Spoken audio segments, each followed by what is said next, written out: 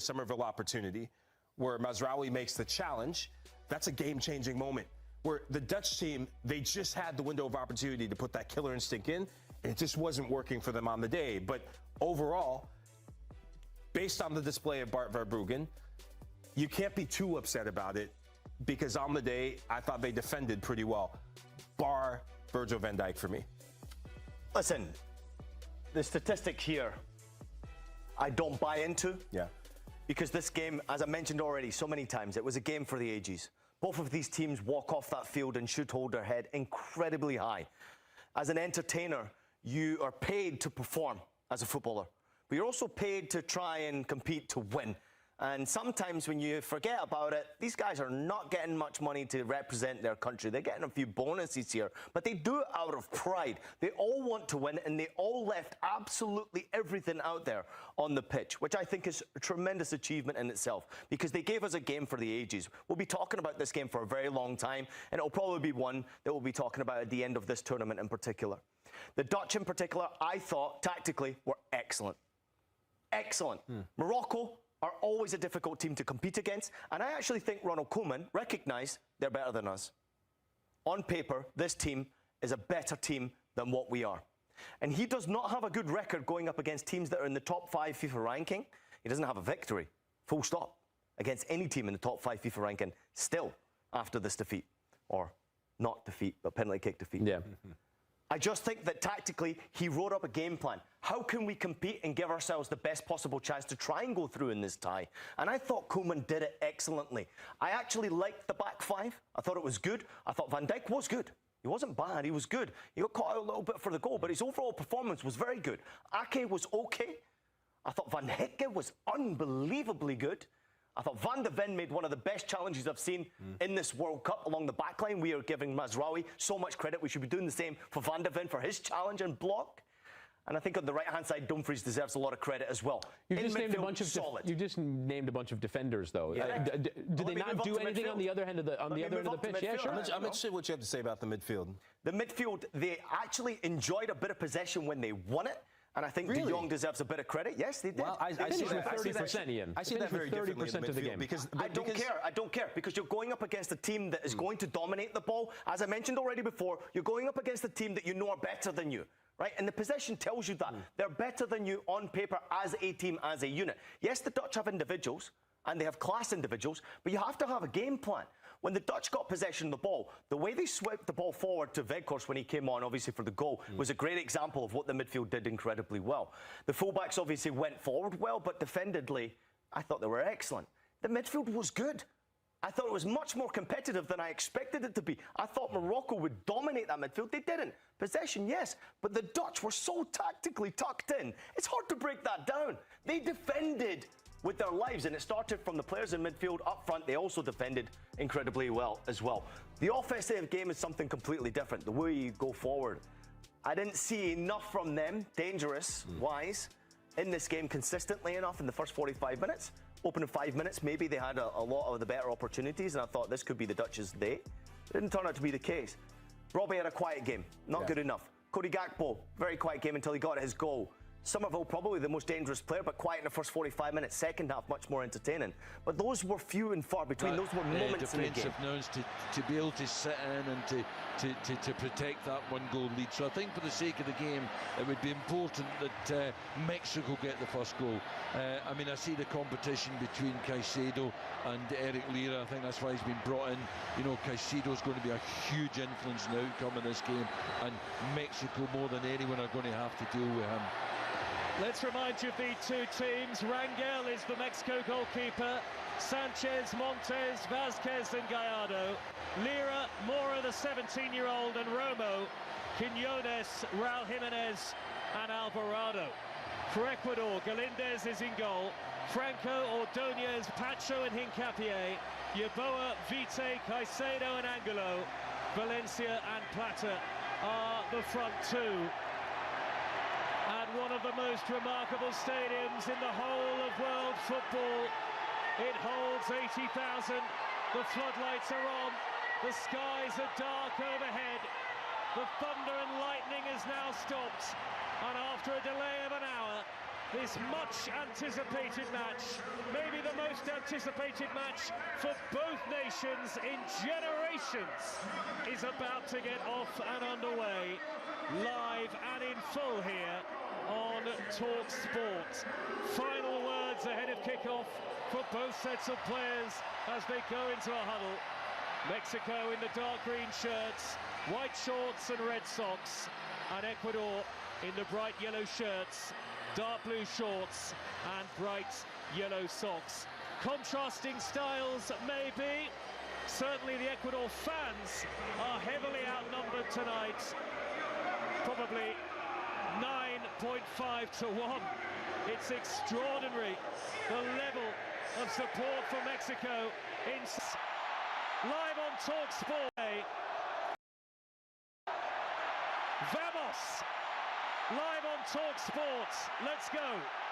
Mexico from left to right in the first half, and Ecuador from right to left. Heavy touch right away by Quiñones, and it's out of play for a throw in the right back position. And listen to the boos for the Ecuador players as Franco takes the throw, and it's thundered upfield on the volley by Moises Caicedo all the way through to the Mexico number 1, Raul Rangel. Mark McGee. Yeah, not a bad ploy. Caicedo just getting his team, behind the ball, getting the shape from the start, and able to step on maybe a little bit to Mexico. Let them see what Mexico intend to do, whether they're going to play out, whether they're going to play long, are they going to always try and get it into Jimenez, are they going to play up the sides off the wingers, how are they going to play? Everywhere you look, Mexico fans dancing in the stands, unfurling Mexican flags, green, white and red, punching the air with delight. Their team have possession, and it's 0-0 with a minute gone here on Talk Sport on what has already been a long night, and it could go the distance, this one. Long by Montes, thundered downfield, and a header away by Franco for Ecuador. The loose ball drops midway inside opposition territory for Mexico, but the foul given against Alvarado, and that'll be a free kick to Ecuador midway inside their own territory. Javier Aguirre to the edge of his technical area with his dark suit and green tie on. Born in Mexico City, the Mexico boss. A steep drop from very high up to the touchline below, and just to Aguirre's right, the man with the long blonde hair who's masterminded Ecuador's passage through into the knockouts, Sebastian Becasese. Pacho at walking pace here, elite defender for Ecuador, and now Ordóñez the number 4, and quite clearly early on here they're trying to slow the pace of the game as much as they can and take the sting out of it. As 39-year-old Galindez, the goalkeeper, hammers it upfield. It'll swirl out of play for a Mexico throw, 0-0. Well, with the goalkeeper and with Caicedo's first ball, just clearing it, I think they've showed the intent that they're not going to be playing out from the back. They're going to play the ball as much as can into their Mexico's half and play from there. Let Mexico try and, from an edge of their own 18-yard box, try and get at them. Montes, midway inside his own half the field. Mexico from left to right on this vast expanse of a surface. Alvarado into a central position, whips the ball out wide left to the attacking fullback Gallardo, who made his name as a left winger, but plays for Mexico, certainly under Javier Aguirre, as a left back. Ear-splitting noise from the Mexico fans. Ball is just over the halfway line. Now Alvarado, Raul Jimenez with a reverse pass out to the right. Mora, the teenager, 17 years of age, taking on the defender, laying it backwards. Alvarado thought about a left-footed shot. He might get one away anyway, and it's blocked. Was that handball? Certainly rattled towards the arm of Ordóñez. Referee on the field says no penalty. Loose in the middle of the Ecuador midfield. Won back by Mexico, roared on by this crowd. Frenetic in the early stages. 0-0 the score. This is Eric Lira, just over the lip of the centre circle. 10-15 yards into the Ecuador half, and Ecuador in bright yellow. Everybody sitting deep at the moment. Raul Jimenez with a layoff out to the right-hand side. Mora now with a chance to cross, looks instead for Lira. Chip to the back post is overhit. Gallardo will retrieve it, and Gallardo will go back to the halfway line. Mexico started brilliantly, not only passing the ball, but recovering and nicking it back and getting at them again. They've got to the byline there with a lovely little bit of play. The final ball wasn't great, but you can see their intent. Mora darting forward from the right, gets the return from Raul Jimenez. Mora crosses, cleared away by Ordóñez. In towards the run of Quiñones, who scored the opening goal of the World Cup and has now scored 2 across the competition so far. Free kick to Mexico for a foul by Enner Valencia. And Ecuador have started slowly in the opening 4.5 minutes, though you would have expected Mexico at this stage in the game to have the lion's share of possession. 0-0. Well, the young lad Mora's already had an influence. You know, he's had 2 or 3 interactions with the ball at the edge of his own box here, and it was him that got to the byline there and almost got a decent cutback, but it was cleared. Nobody in this stadium is sitting down at the moment. Sanchez on the right wing position, cutting it back to the edge of the box, and the shot swirls over the top from Mora, who could tonight make a little bit of history of his own. If he were to score, he would be the 2nd youngest goal scorer in the history of the World Cup. Didn't quite get over the top of the ball, and it sails over Galindez's crossbar and behind for a goal kick. Mexico 0, Ecuador 0. This is the best atmosphere we've seen so far at this World Cup. Well, you know, we're on the edge of our seats already, and we're only 3 or 4 minutes into it.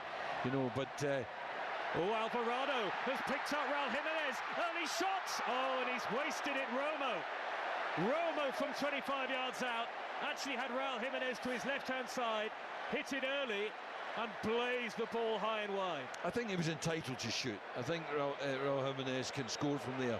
He's a striker. His instinct is to have a shot. What he done wrong was he didn't hit the target. It was a poor shot, but he's every bit entitled to have that shot. Well, they call it in Mexico the curse of the quinto partido. The inability to reach an elusive 5th game at the World Cup.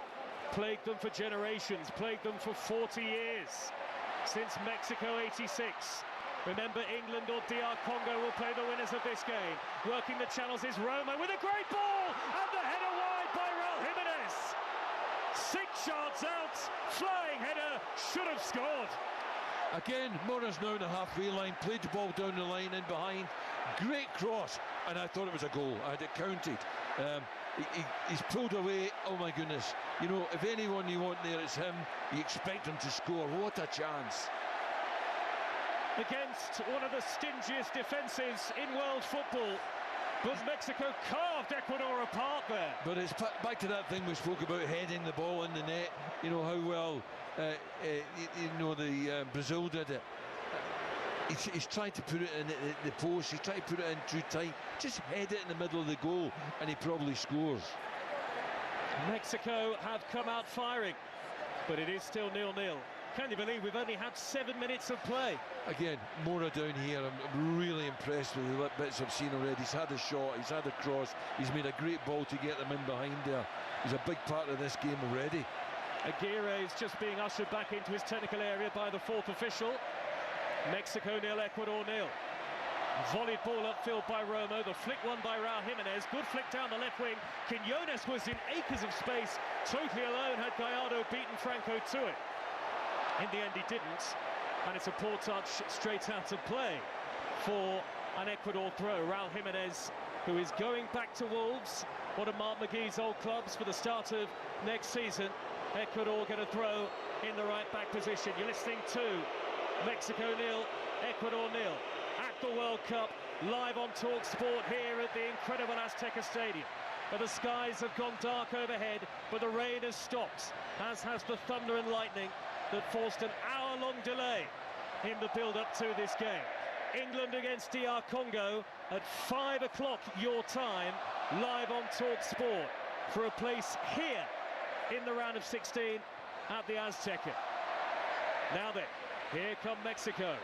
Hugging the touchline is Mora, wrestled off the ball in the end on the near side of the field by Pacho of PSG. Rattles it off the shins of Mora, and it's out of play for an Ecuador throw, which Piero Hincapié, first time I can really remember him touching the ball, will come across to take. And the Argentine, Becasese, the head coach, very demonstrative on the near side touchline early on here. Lots of gesticulating and clapping. And he's left his technical area for the moment as Ecuador get another throw further up the field. Yeah, I'm watching the role that Eric Lira's playing. He's dictating things. He's telling people where to be. I saw him shouting out and pointing out at Quinones earlier, telling them to get out there, telling them to stay wide, and then it didn't happen there. The ball made his way into that area. He wasn't quite quick enough to get to it, but you know, he has electric pace, and if he gets 1-to-1 he's going to give Ecuador a real problem, but I can see they're encouraging him to stay out there when they're in possession. 2 defeats in 87 competitive games at this stadium for all time for Mexico. One of the most intimidating venues in world football. And those 2 defeats came in 2013 and 2001. Ordóñez under pressure, usually unflappable, hooks the ball up towards the halfway line. Then the loose ball won by Caicedo in the middle of midfield. They've got to win more second balls tonight, Ecuador, than they have done in the early stages. Ordóñez has steered the ball forward, nearly gave it away. Caicedo whips it crossfield, right to left. A picture of calm Caicedo, and they need him to be. Eric Vite sprints across to keep it in. Pedro Vite, rather, on the near side of the field with a long-sleeved yellow shirt on. Near side as we look at it, but we are high up in the gods here at the Azteca. Just as well I brought my binoculars, Mark McGee. Yeah, I wish I'd brought mine. Early ball down the inside left, ball in by Hincapié, cleared away at the near post by Mexico. It's come out to Angulo. Angulo on the left corner of the penalty area, looking to drive in field. He lays it back to Caicedo. We know he can hit them from range, Moises Caicedo. Franco out wide to Yeboah. Yeboah, all left foot, back to Franco with the underlapping run. His cross is cleared away by Alvarado at the back post for Mexico.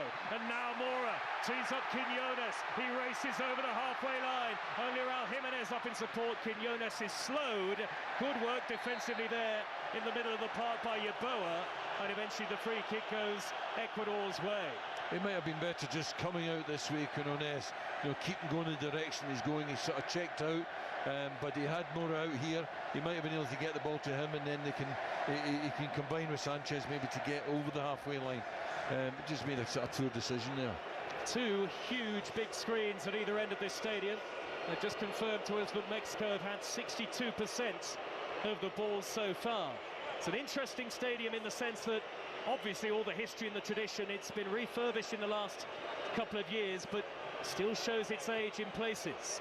On the halfway line is Angulo of Sunderland with the dyed blonde hair, trotting back into his own half. Square ball infield to Plata, the hero against Germany. Then a header by Caicedo. Plata loses out. Now it's Lira.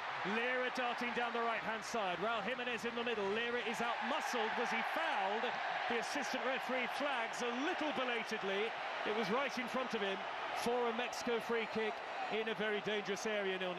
Yeah, I think Lira started really well. It's the first time he's found himself as advanced as that, and that's not his role. His role is to sit in there in front of the back two, the 2 centre halves and protect them a little bit. But he's found himself forward there and he's been cute. He's won his team a free kick in a really dangerous area. FIFA President Gianni Infantino here tonight. It's not a free kick that's been given. It's a throw, even though the assistant referee was flagging. Throw taken by Sanchez, and then the ball nudged over the top by Alvarado without any care or precision. Too much weight on it, and out of play for a goal kick. Among the spectators tonight, Jorge Campos, the legendary Mexican goalkeeper, David Silva and Javier Zanetti, both here. The Stars have come out to watch the Stars on the field play at the Azteca tonight. And Mexico certainly look the more likely to score, but maybe with Ecuador, even if they were playing well, we shouldn't be surprised that they haven't looked particularly likely. What they have to do as well is guard against that, you know, just a simple kick down the park. We saw again Scotland, you know, Grant Hanley allowed it to run and past them and they end up losing a goal from one long ball. So a ball from the goalkeeper can catch out, so they have to be vigilant. You know, they have to have one attacking it, one dropping off, and just make sure that although they're having all the possession and all the territorial advantage at the moment. Oh, good hold-up play. Raul Jimenez to Quinones, 25 yards out, lays it square. Alvarado deflected behind. That'll be a corner to Mexico. A great bit of counter-attacking, but I'm afraid the shot was going about 20 yards wide anyway, so he was lucky there. He got a deflection, he's got a corner kick out of what otherwise was going to be a poor finish to a good move. Roberto Alvarado, who plays his football for Guadalajara. You're absolutely right, Mark McGee, former Scotland assistant manager, alongside me tonight. It was going well wide, but for the touch off an Ecuador shirt. 0-0, nearly 15 minutes played here. Thunderous noise to match the great rumble of thunder that we had earlier in the build-up to the game. That thankfully has stopped. Corner taken short, but the referee isn't having any of it. He wants to check on some holding inside the penalty area. Slavko Vincic, very experienced referee from Slovenia, and there is holding aplenty going on inside the 18-yard box. That was unfortunate because the move they've obviously done to the training ground worked.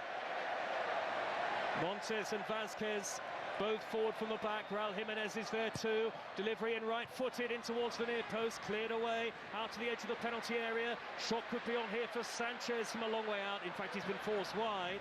Angled ball to the right. Montes still forward. The centre half swings it in high, deep to the back post. Up towards Vasquez. Drops down left edge of the area. Oh, and the curling shot is not far wide. That had the fans on their feet. It's Mora again, the youngster, really threatening to make his mark at this World Cup. Well, we saw Kylian Mbappe the other day do the exact same thing, step inside like that on his right foot and curl it right into the corner. So just needed a little bit more precision. But again, you know, the young lad not far away, but getting another shot. I mean, he could barely have been any more precise. That's inches wide. Oohs and ahs from the crowd as they see it again on the big screens. And Ecuador are lucky that they are not at least 1-0 down in this game. This round of 32 tie, after the wins for Norway and France that we brought you earlier on Talk Sport. And later today, England against DR Congo live from the Atlanta Stadium for you. That's at 5 o'clock on Talk Sport. Every game of the World Cup live with us. Lira with a deep crossfield ball, right to left, and Quinones chasing after it on the stretch, applauds the intent, but he can't keep it in play. That was exactly what I was talking about earlier, you know.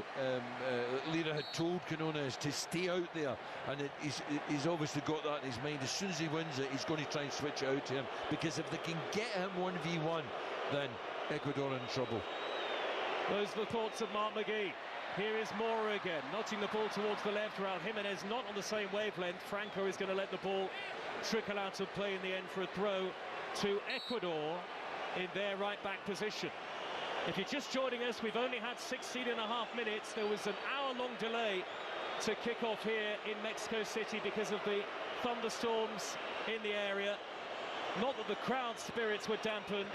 They were singing and dancing all the way through. What a run by Plata over the halfway line, and he plays a good square ball out to the left. Piero Hincapié is forward. Hincapié looks up from the near side, steers the ball infield, and Yeboah could be racing through! Oh, and Yeboah smashes it just wide. Via the deflection.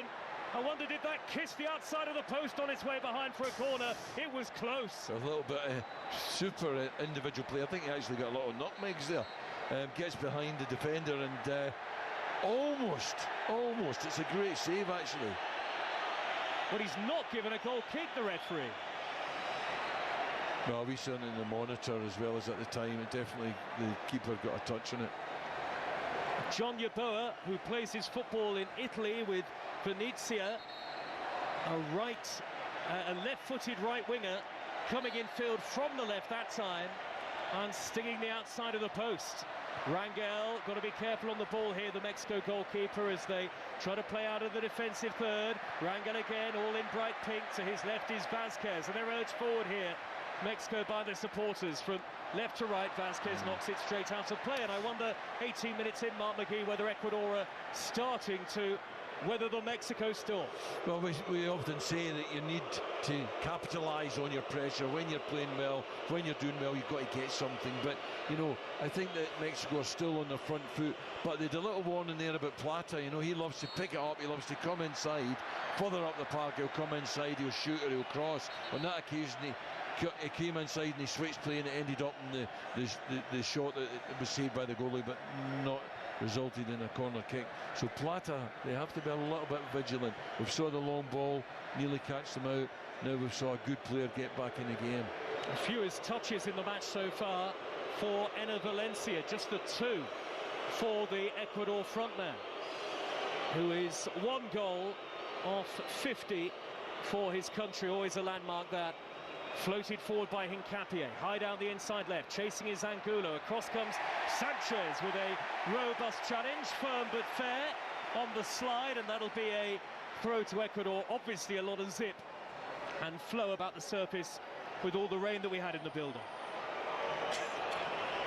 Moses Caicedo's been quiet so far. You know, he's been forced deeper, he's been forced to sit in front of his back 4. That's good. That's the start that Mexico needed to make as regards to him. Flick into the area by Plata, and the ball is steered upfield by Vázquez. High and over the halfway line. Raul Jimenez playing like a man possessed, and he wins the free kick off Pacho, and the 2 benches have cleared now out to the edge of the respective technical areas. They are furious, the Mexico players, staff and subs, raging towards the 4th official. Both benches cleared there. To the left-hand side, Mexico. To the right, Ecuador. They felt there was malice in that challenge from Pacho. He sent Raul Jimenez smashing towards the cameraman on the near side touchline. I think the challenge was unnecessary. You know, he had done well, Jimenez. He ran it on the outside of the player to try and cut it off and to try and make his way up the line. And when the player realised he had done that, you know, he did push him into the touchline. But I think the reaction from both benches was an overreaction. It's unnecessary. And make no mistake, no friendly rivalry.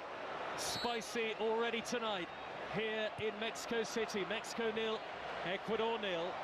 Nearly 20 minutes have been played. And the vast majority of the 80,000 in the stadium start to strike up another rendition of Mexico, Mexico. We've seen them all day in the build-up in the city, all wearing their Mexico shirts. You couldn't move for Green Mexico shirts. They were so excited about getting in. Thousands arrived hours and hours before kickoff. Here is Gallardo in the left-back position. Early forward ball to Quiñones, midway inside his own half. Romo, good touch towards Alvarado. Even better to keep control. Flicks it over the top. Quiñones could be in. The flag stays down. 2 in the middle. Quiñones goes on! Viva Mexico! What a hit! What a moment! It's that man Quiñones again! That could be a goal to make history for an entire nation after 40 years of hurt, and he rifled it beyond the goalkeeper. This stadium is shaking, reverberating, it's ear-splitting. It's Mexico 1, Ecuador 0. Joe, it was an absolutely magnificent play and an absolute magnificent finish, but I'm waited with bated breath to see if that might be offside, because I think it might have been a whisker off. Well, let's see. What a finish. There are discussions taking place right now. 2 of the Ecuador players have come across to talk to the assistant on the near side. Is the goal ultimately going to count? Everybody else is acting like it is, and there are big hugs for Quiñones that are continuing here. There seems to be a secondary reaction, as if they've been told it is going to count. Well, I'll tell you what, it was close, but what a finish. Fantastic finish. 113 kilometers an hour off the right boot of Julian Quiñones. And the goal will stand. Mark McGee, wow. You've been in football for decades. Have you ever heard or seen celebrations like this? Joe, I left school at 16 in community football. This is why. This is what football's about. This is absolutely wonderful. What a hit. He nearly broke the net. Mexico 1, Ecuador 0, and they thoroughly deserve it, the team in green. And I don't know how many decibels that was after that goal. That was just incredible. That'll have broken the machine. But here come Ecuador. Angulo down the left-hand side, crossing, sliced up into the air by Romo, not away yet, header cleared further by Alvarado. Ecuador have been overwhelmed so far in the game, and how can they try to strike back at this point in the match? They have a usually extra robust backline, but it's looked anything but so far. And now they have to do what they often struggle to do, score goals. But remember, they did come from behind against Germany, and there's a long way to go. There is a long way to go, but you know, all Mexico do is make a good start, and they made an absolutely brilliant start. Alvarado, who looks very lively and sharp, set up the goal for Quiñones, who still had so much to do. Quiñones again, infield to Lira, forward ball, Raul Jimenez takes a good touch. Oh, and he should have let the play continue there, the referee. He pulls it back for a free kick. That is baffling. He can protest all he wants, the referee, and try and explain himself, but that is nonsense, that decision. That is a really bad decision by the referee, because they were in full flow. He'd ridden the tackle. They kept it going. They kept the ball moving. They were doing what they've done already. I mean, what a start they've made. You know, they've moved the ball quickly. We talked about the importance.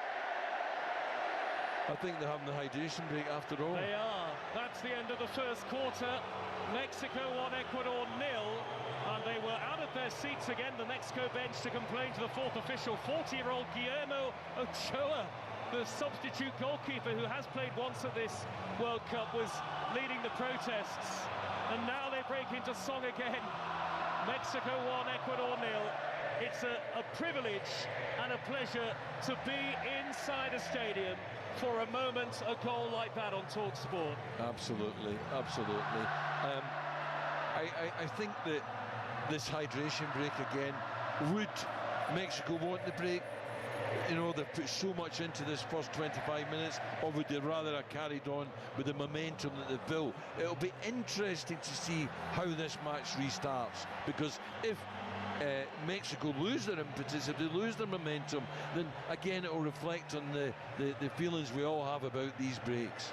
I've just seen a great shot on our monitor here. We've got TV monitors in the commentary position, and there was a man in a Mexico shirt jumping up and down and celebrating before Quiñones had even had the shot. He is a sharp shooter at this World Cup.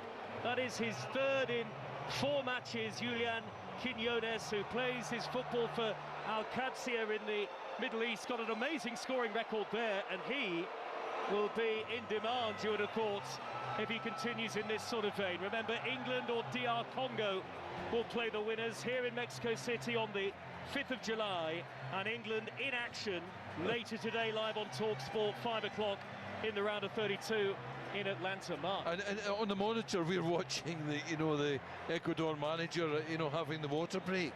My goodness, you never get a more determined sort of talk to his players in the dressing room before the game, half-time or after the game. This is nonsense. I think these breaks, that they're allowed to coach the way they are. Well, I don't think the players need any rehydration. It's temperature's about 15, 16 degrees, and we've had thunderstorms in the build-up to this game. So it is a new thing that FIFA have introduced, and it does appear that it is here to stay. Well, let's hope that Mexico don't lose the momentum, because they've been brilliant so far, absolutely brilliant. And at the heart of a lot of it down here in front of us has been the young lad Mora. My goodness, what a start he's made to it. But again, Jimenez playing exactly the centre forward role that you need him to play, holding it up. Even headers, he's got a couple of headers back to his own players. He's kept possession of his head as well. And there he had turned and he had them out again before the referee incorrectly pulled it up and stopped the play. Well, play is back underway now, and Mexico have possession with Vázquez, and immediately high press on Vázquez, who goes long. Raul Jimenez will chase this raking ball up the inside left. He was caught there by Ordóñez, eventually goes to ground. The ball hits the corner flag and goes out of play for a throw. I thought Ordóñez had actually clipped the heels of Raul Jimenez going through the middle there. 100%. Now, whether it's accidental or not, I think it probably was. But there, he just goes across him, clips the outside of his left heel, and he goes down. I'm not quite sure what the decision should be there. Forward by Lira. A little touch by Raul Jimenez, and the ball goes flying straight out of play. Franco will take a throw for Ecuador over on the far side. This beleaguered Ecuador team, nearly half an hour into the game, and the ball goes flying straight out of play. Franco will take a throw for Ecuador over on the far side. This beleaguered Ecuador team, nearly half an hour into the game, they trail by a 0-0. And now Lira. Good feet by Lira to find Romo. Slide tackle on Romo by Moises Caicedo. The Chelsea man wins the ball back, and then Lira wins it back. Good tenacity from the squat, diminutive midfield player against Enner Valencia in the middle of midfield. And then there was a late challenge by Valencia.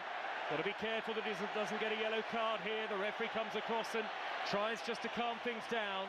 Valencia having a torrid time at the moment as the free kick is given to Mexico in the centre circle. Eric Lira's made a brilliant start in this game, not only in terms of his play when he's on the ball and getting the ball, but also the way he's orchestrating everything else around him. Well, the roof has already come off this stadium here in Mexico City once tonight. Will Mexico strike twice? Here is Vasquez, left of the edge of the centre circle, now struts into opposition territory, ball out to the left-hand side. Mora inside left, back to the halfway line, and Montes, slightly heavy first touch, but he angles the ball wide to Quinones, little dink over the top. Mora's there again, the 17-year-old scampers beyond one in Ecuador yellow, looks for Gallardo with a good cross right along the 6-yard line, and Hincapié at the back post has to hoist it clear high up into the dark night sky. Jumping is Montes, wins it ahead of Plata. Mexico 1, Ecuador 0. It remains. Raul Jimenez majestically brings it down on his chest, and he looks over the top, given away straight to Raul Jimenez on the edge of the D. He's laid it square. Quinones again. Raul Jimenez again. It's 2! Magnificent! Can you believe it? The talisman has done it. Thunderous noise of the Azteca, and Mexico do strike twice.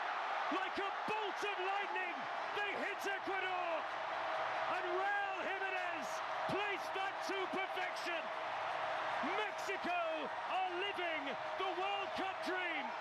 Mexico 2, Ecuador 0. Simply glorious. Absolutely magnificent. And again involving it, Mora. What about his feet over on that far side and keeping possession? Then he gets it into Jimenez. Jimenez, tries to sort of get it in for himself, comes back inside, the ball comes back to him. Absolutely brilliant. Absolutely brilliant finish.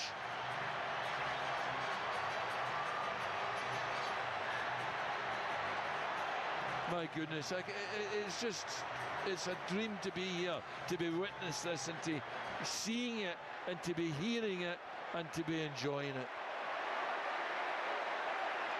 This is poetry in motion for Mexico. And he slid on his front in celebration. Raul Jimenez, meanwhile, a row in front of us. Another radio broadcaster punching the air with delight. Angulo for Ecuador. Is there any way back for them from this? Hincapié on the inside left, blocked off by Cesar Montes. That is a goal kick, says referee Vincic. When Mexico are putting so much pressure, their energy, they're up to them, they're at them, they're under them, they're doing everything they can to disrupt Ecuador, and Ecuador can't connect, so Ecuador as a team aren't communicating, so at the moment they're all just running about out there trying to stop Mexico, trying to block holes, trying to cover. They're working hard, but they can't get any sort of shape to their defending. Still raining here in Mexico City. The locals are jubilant.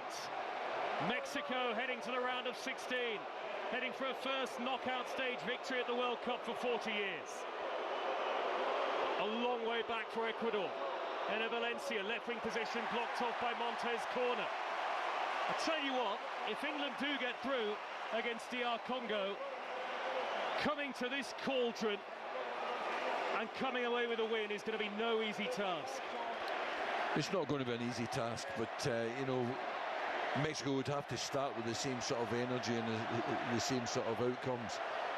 England will be a different kettle of fish, as it were, than Ecuador, but I think we shouldn't start talking about that yet, because there's a lot more to come in this game, and you know what we're seeing is just brilliant. 33 gone, corner near side the left to be taken by Moises Caicedo, and down goes Sanchez, the Mexican defender, inside the penalty area, and a cluster of bodies in front of goalkeeper Rangel inside the 6-yard box. In the words of a famous Scottish commentator, Arthur Montford, it's a bit of a stramash. Do you put rugby tackle under that? It felt like it.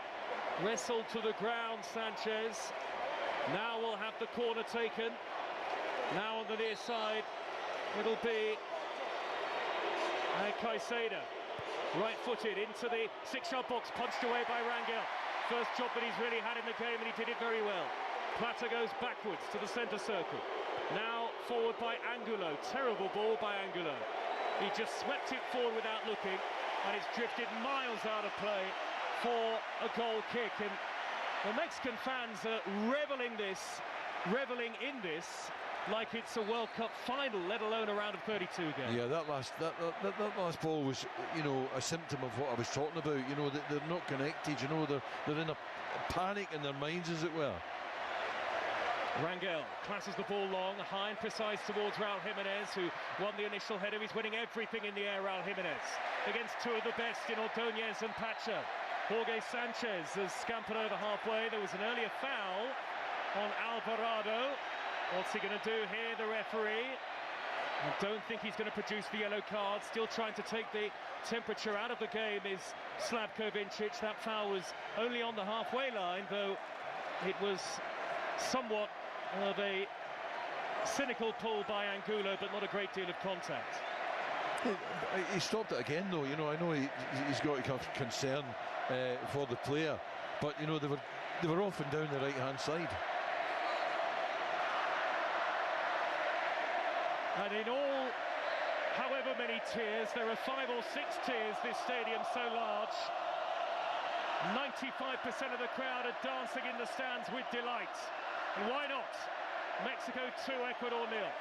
Mora peeling out to the left-hand side again.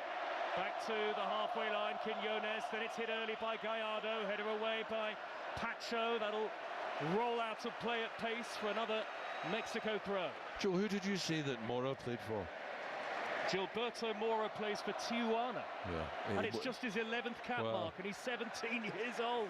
Well, he is absolutely fantastic, you know, so far in this game. He certainly won't be playing for Tijuana for long. Slightly risky ball by goalkeeper Rangel out to the left, but Vasquez comes away with it. 8.5 minutes of the first half to go. Mexico 2, Ecuador 0. On the halfway line, Vasquez looks up, early ball, good turn by Romo, blocked off though. Here come Ecuador on the counter-attack. Plata darting right up the middle, options right and left. Plata scampers beyond one in green, but not beyond Romo on the retreat. Raul Jimenez wins the ball in the air yet again for the umpteenth time in this game. Yeah, perfect for the way they want to play. You know, they want him, you know, holding it up. They want him playing people in, and they want Alvarado and Quiñones off of him, and they're getting that. And again, I go back to what Lira was saying to Quiñones, stay out there. They're trying to get him 1v1. Good darting run in field by Angulo, away from Sanchez, little square ball. They haven't tested the Mexico goalkeeper at all yet, Ecuador. Foul by Quiñones. Julian Quiñones on Moises Caicedo, right in front of the referee. Free kick dead centre in the middle of the Mexico half. In fact, almost directly in line with where we're sitting. It was a clumsy forwards type of tackle, you know, just a little bit late on Caicedo, but he hasn't been booked tonight, so we'll be happy with that. He's left a little bit on their star player. Such a shame that this stadium is only hosting one more match after tonight. One round of 16 tie, which could well be Mexico against England here on the 5th of July. This would be no bad venue for the final. Caicedo, central position a long way out. 2 arms into the air, very little angle to work with, and he's hoisted it way over the top. Didn't even bounce before going behind, and it's landed in the front row of Mexico supporters away to the left-hand side. Mexico 2, Ecuador 0. Ecuador have completely anything that they planned before this game started, that the manager, spoke about in the dressing room, spoke about for the period before this game in preparation, is out the window because they have lost it at the moment.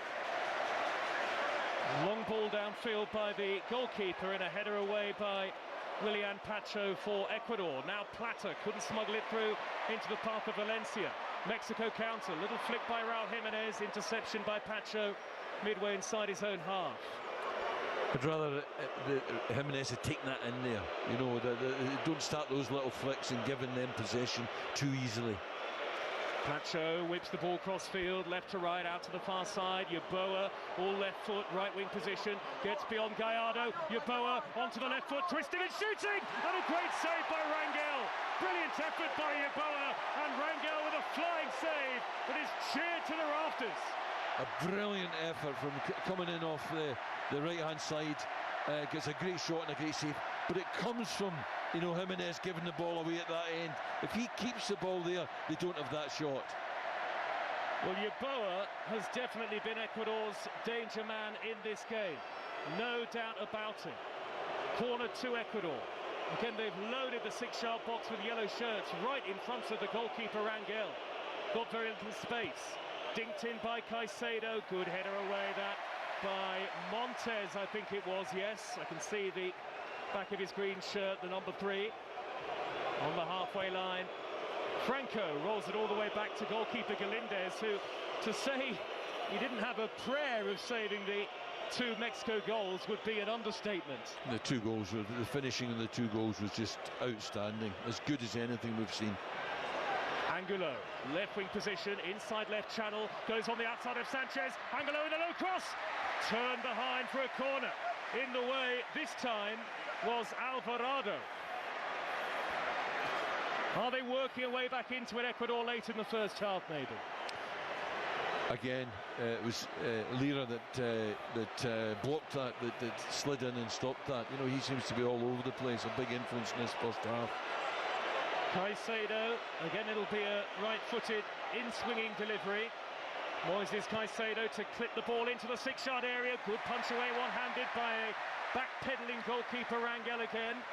Rose highest amid the crowd to deflect the ball away. Well, he's dealt with that. That's 2 in a row he's dealt with, where he's just punched it out, and it's a good technique. Beneath the floodlights here, Mexico 2, Ecuador 0. Hincapié with a cross. They're going to get another corner. It's ricocheted off Sanchez at pace. I don't know how the referee's able to, make sense of what's going on in the 6-yard box. There are like 8 players, 9 players all crowding in there. There are 5 or 6 from Mexico, and there are 4 or 5 from Ecuador. So I have no idea how the referee can keep track of that. Now Angulo is going to take the corner, the wing player who has not featured a great deal at Sunderland because of injury in large part. 42 minutes gone, they're 2-0 down, Ecuador. They need a goal from somewhere. There are 13 players inside that box. And one of them at the near post, Piero Hincapié, with the header over the top, the Arsenal man. Well, they're putting all them in, that's their ploy. That's what they've talked about, and that's what they've trained to do. But so far, Mexico have done it really well with it. The keepers punched 2 away, and they've recovered the ball after it, and that one they dealt with well enough. Well, they've only scored 3 goals in their last 8 competitive games, Ecuador. They need at least 2, and that would only bring them level. Flicked by Raul Jimenez, and the ball's going to trickle out of play. Goal kick to Ecuador with 2.5 minutes plus added time still to play in the first half, and probably Ecuador having their best spell, would you say, Mark McGinn? A series of corners there, but they've not made anything out of it, and it's important now that Mexico are really, really vigilant, that they don't just start, in this last couple of minutes just clearing the ball. They've got to get back to what they were doing earlier in the game, is keeping the ball so well. Like that, brilliant. Alvarado, that has the crowd cheering again. Good touch by Roma. Out wide to the near side, and Mora.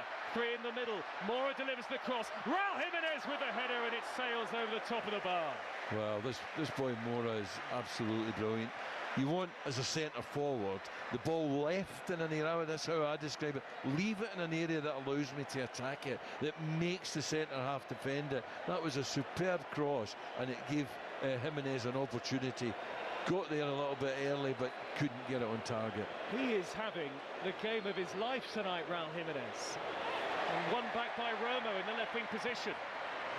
8, 9, 10 out of 10 performances all over the pitch from Mexico in the first half. Absolutely. Lira, Quinones, Mora, Jimenez. The two centre halves have been solid. The goalkeeper's made a couple of saves. They've been absolutely excellent. Javier Aguirre, the head coach of Mexico, third stint as head coach, could not have asked for more. On the halfway line is Mora. Raul Jimenez back to Alvarado. They're streaming forward again, the team in green. Sanchez on the overlap. Sanchez now can pull it across to the back post on the volley. Raul Jimenez! And it's just eluded Mora, who was standing on the goal line, might have been offside. Great play again, though. This play midway inside the Ecuador half, where it's been up, back, and through. It's mesmerising Ecuador. They can't live with it. Well, Mora actually did get a glancing touch to that, but in the end, I think he was given offside anyway. Just seeing scenes on the big screens from the fan zone in central Mexico City, the Zocalo Plaza, which is an architectural triumph and has been converted into a fan zone for the tournament, and thousands watching and thousands enjoying every moment. 5 added minutes at the end of this incredible first half. Header into touch by Pacho, and Ecuador have simply, at least defensively, had no answer. As I say, the first goal was bad enough. The second goal, they've lost their heads at that point. They need half-time. No foul, Hincapié on Sanchez. Possession still with Ecuador on the near side of the field. Franco out to the right-hand side. Yeboah, the square ball nudged infield to Caicedo. Under pressure has to go back to Ordóñez. And Ordóñez all the way back to the goalkeeper in the blue shirt, the short sleeves. Cleared forward by Galindez. High raking ball. And nudged away by Vázquez in front of Plata. Alvarado. There was a foul earlier on by Quinones. Going to be a yellow card for Franco. One foul too many, I think, says the referee Slatko Vincic, and he has no patience left. Quinones keeping it under pressure. I love that. That's the difference. Keep it under pressure. You still get in transition, or you win free kicks. I wonder if they'll make a couple of changes at half-time. Ecuador potentially, given the way that this knockout stage tie is getting away from them. And Becca Sese, even he looks stunned. The head coach, he's had an answer for everything in the World Cup so far. They came from behind against Germany. They're going to have to do so even more dramatically here. Raul Jimenez thought he was having his shirt tugged, arms outstretched, looks at the referee who says no. Good header on by Angulo towards Valencia, whose touch was heavy.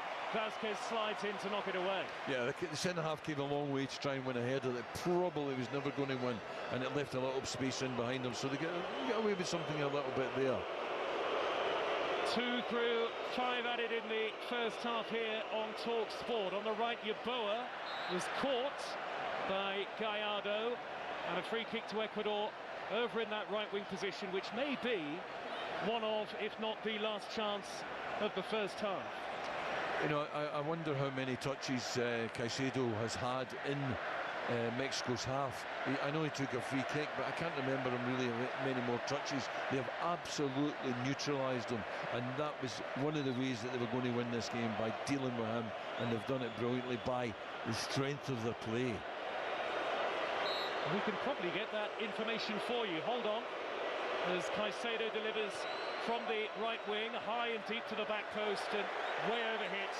Well, that'll be a goal kick. Joe, that's 2 he's taken, and he's hit both of them straight out of the park. And when he's not on it, Ecuador are not on it either, are they? Their route to winning this game is him. He's the most important player in their team. They're going to half time now. They'll regroup, maybe reshape a little bit, maybe try and get a little bit more out of him.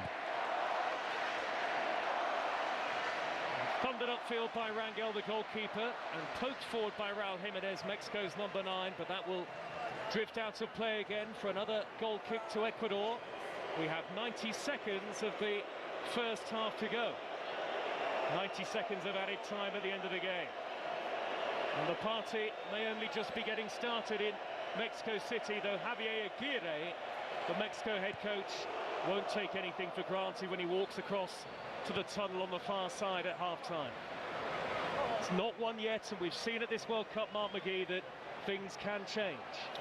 Of course it's not won yet, but I think we said that Mexico's best route to winning the game was to score first.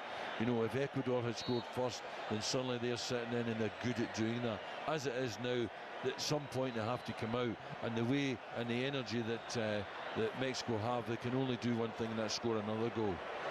Hincapié charges over the halfway line. He's got Anguilla hugging the touchline on the near side to left. Nobody really in the middle in yellow yet for Ecuador. And a good sliding challenge coming in by Sanchez, the right back. They will get time, Ecuador, to take one more corner in this first half, their 5th corner of the game. Well, they certainly put pressure on the goalkeeper from the corners, but he's dealt with it well. The back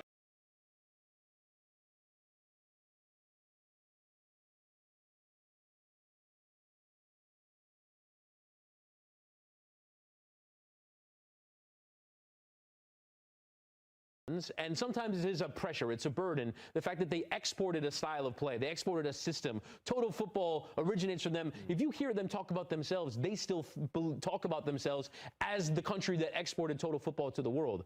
Do you think that a change of approach is the right thing for them, or are they burdened by the style of play? Because we didn't see that at all. If they played total football, it would have been a different game. Morocco would have beaten them. Better team, better performance, better passers, better movement, create better chances. Eventually what will happen is they'll find a way to break you down, and at the end of the day, the Dutch, I just thought tactically were more sound being defensive. I disagree with that, because the part I don't agree with, I agree with what you talk about the back five, in terms of the strength of this Dutch side is the back line, right? But did you see Frankie de Jong today when you talk about the midfield? Yeah. Did you see Ryan Gravenberch today? When Yes. you talk about, Yes, I did you did. see them give away possession? No. Time and time again in the second half. You need to understand that you're going up against a bit of pressure, so you're going to have to use the ball. I don't agree with your I get it. analysis in this from the midfield. So Ronald Koeman, their best bet was when they bypassed the midfield and they went direct, right? And they were able to create some half chances. But your best players, 2 of your best players, weren't a non-factor today in Ryan Gravenberch and Frankie de Jong. I don't agree. I fully disagree with that part of it. Fair enough. At what point do you not bring an extra midfielder to shore up the midfield? Well, They did at some point. Because Morocco, by the end of the game, it was one-way traffic. Morocco were the better team to finish the game. yeah, because they're the fitter team. They also had more bodies in the middle of the park. Yeah, because they're the more offensive-minded team. And like so, I said, the better quality team was Morocco. So defensively, de Jong and Gravenberch had to sit in front of the back five.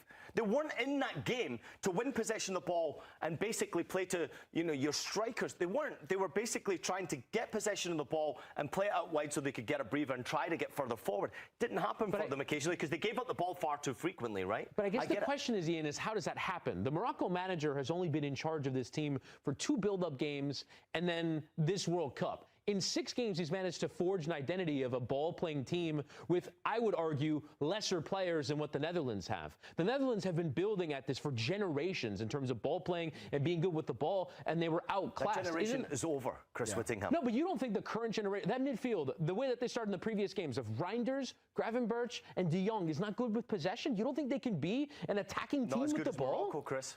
You don't think those 3 players are better than what they started with of Bouadi, El Ainaoui, and Onahi in midfield? You don't think that the 3 that the Dutch have can be better than them? As individuals, yes, on their day they can be better, which is why individually they play at separate clubs that are of a high level. But the Morocco team is a much better team. Like when we talk and celebrate Dutch football, we talk about Dutch football as a team. Now it's not. Now it's a team of individuals. And the Dutch national team have had a nightmare trying to get a coach to be able to figure a way out how to get results, let alone performance. This was about trying to get a result tonight. It wasn't about the performance. It wasn't about having the ball, the majority of the ball. And to answer your question, We go to Ryan Gravenberch. He struggled because he didn't have enough contacts on the ball, right? I get that one. But actually, De Jong was ridiculous. He was the one who touched it the majority of the time in that midfield. He had 88% pass completion. How many passes? 37 of 42. Yeah, so like, it's like when you win the ball, like you're playing in the defensive midfield role. Yeah. Obviously, you've got a back five, right? You need to win possession of ball and transition quick. They weren't quick enough, but when you're looking at their course, which is why he came on, you then have that outlet because Robbie wasn't doing a good enough job holding up possession of the ball. Somerville not strong enough in winning possession of the ball, especially when De Jong's trying to flip it around the corner. And Gakpo was very quiet in this game. Obviously, he was going through a bit of personal trauma. But the goal that they got, right? Bang, bang, bang. It happened incredibly quickly. And it's sometimes down to moments in the game. And I think that's what Koeman was trying to do. He was just hoping that his team had moments in the game. And they had many moments. I don't think we can crap on the Netherlands' performance at all. I think tactically, and the reason why I'm saying it is because I've been in that position defensively where you're going up against Bayern Munich. You're not going to have the ball. You've got to come up with a game plan as to how you can try and beat them. You're not trying to look good in moments here and just think that, oh, well, you know, we had a 5-minute spell here. No, trying to beat them, trying to figure a way out to go through in the next round, and I actually felt like they did. Let's talk a bit about Cody Gakpo, who scores the goal. It was an absolutely sensational moment for him. He announced a couple of days ago that he and his partner lost their unborn child in the build-up to this one, obviously having to deal with that. And we saw the incredible, overwhelming flood of emotion that comes from him when he scores that goal. It was a sensational moment. It's one of those that would live on for all times if they go on to win the game. It is still a moment that I think we'll remember from this World Cup. An incredible ability to put something off to the side and still go through. Obviously, there you see the announcement of what happens in the build-up to this. It must have been devastating for the two of them. You guys are both fathers. What must that have been like? Yeah, look, I usually don't talk about this, but my wife and I have actually been through that experience, and it was only a year ago that we lost both of our twin girls. And it's one of the most devastating things you can ever experience in life. And until you go through that, and I would never wish that on anyone, you don't even have the words. And sometimes, just waking up the next day, that's the only win that you can feel in life.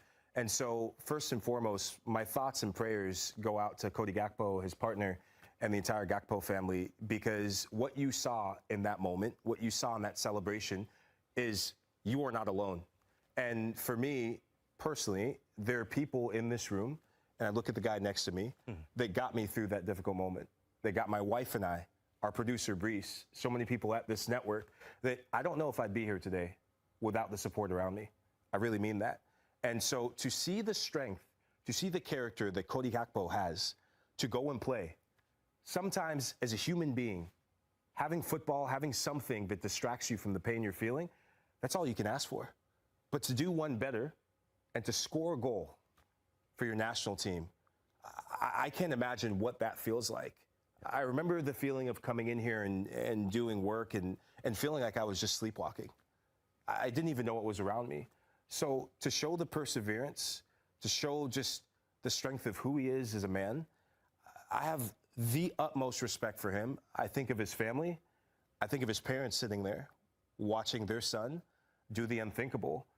And sometimes as a human being, you play for something bigger than yourself. And I think he was really playing for his baby boy. And I just, you know, it's such a difficult thing to talk about, and I'm just floored to see what he did tonight. Yeah. Listen, thanks for sharing that story, man. Yeah. And I have nothing else to add. And all I can say is I'm incredibly emotional, and I was emotional watching it, and I'm sure many people out there were also emotional watching what Cody Gakpo and his family were going through. And I was emotional because I knew what Mike had been through as well. So, yeah, all I can say is our thoughts and prayers are with him and his family during that difficult time. But there are powers above that are watching down. Let's never forget that, as you saw in the game.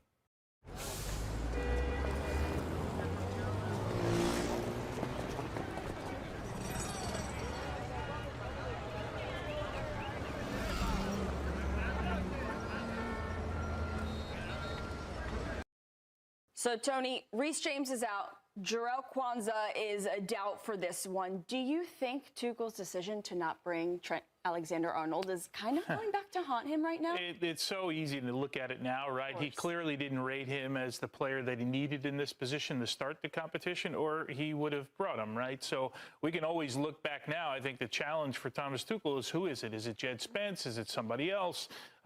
We'll always go back with injuries and go, okay, this guy should have been here. We're going to go back to the lack of creativity in this team and go, oh, we should have brought in Phil Foden or, Cole Palmer or somebody like that. Like, we're always going to look. They got to figure it out now. This is the group that they have. Yeah, for me, with regard to Trent, maybe he falls into the Cole Palmer, Phil Foden category in terms of, if I bring him and then don't play them, it's going to cause a lot of noise and headaches that I just don't want to deal with during the tournament. However, now that he's got significant injuries to some players, I'm sure it would be nice, especially because they have been lacking some creativity, Chuck, of having someone that can hit that pass from a little bit deeper in the field. I was so underwhelmed with England. I got to watch the game live versus Ghana, and you're talking about Trent Alexander-Arnold. That's a player that can create from you from those wide areas in service.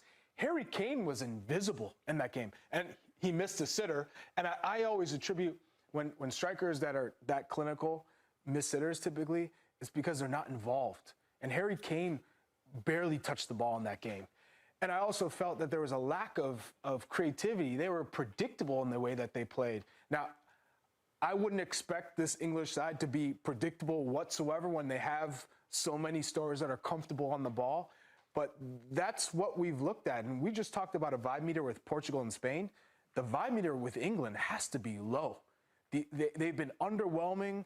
They have not been a team that you're fearful of, considering that they have a Jude Bellingham and Declan Rice and a Harry Kane in the team. They just have not been a team that you would like to see play. There's no joy in the way that they've played. And we saw the same story. We saw them live against Panama just a couple days ago here. Uninspiring? We could have given the same analysis of the game that you just gave. Give me a club team right now in the Premier League that you would say compares to where this English team is performing right now. I'll give you a Premier League comparison, Charlie. And so I did Paraguay yesterday against Germany, and England against Ghana was very similar. Germany against Ecuador was very similar. The way these teams play, and right now in the World Cup, everyone's saying these teams, they are so clever. They're making the most of what they've got. They don't try and take them on at football. And Paraguay was superb. They were so disciplined yesterday. And Charlie, it's exactly the same as Arsenal against PSG in the Champions League final. You have to give credit to the way teams are playing when they know they can't beat them at football. Ghana were excellent. So I don't think if you had even more creative players, it would have been easier for any team the way that they play against them. But Thomas Tuchel, when I did ask him about this after the game the other day, he said, we can get better and you will see the real England when we play teams in the knockout stages, teams that want to play and want to win. So I do think you have to respect the opposition when you're analysing all of these games. All right, so, Jeff, let's talk about the right-back situation. Do you feel like there'll be any regrets for not bringing in Trent Alexander-Arnold from Thomas Tuchel's perspective? Yeah, Jimmy, as Tony said, hindsight is a wonderful gift. Don't forget, Ezri Konsa can play there, but we don't know. The mysterious one is the fitness of John Stones. What's happening with him? If he's not available, then there it does, become a problem. You're talking about Jed Spence going out there. So then Nico O'Reilly will go left back. So they've got enough to cover, but there's a big difference between cover and having a specialist fullback.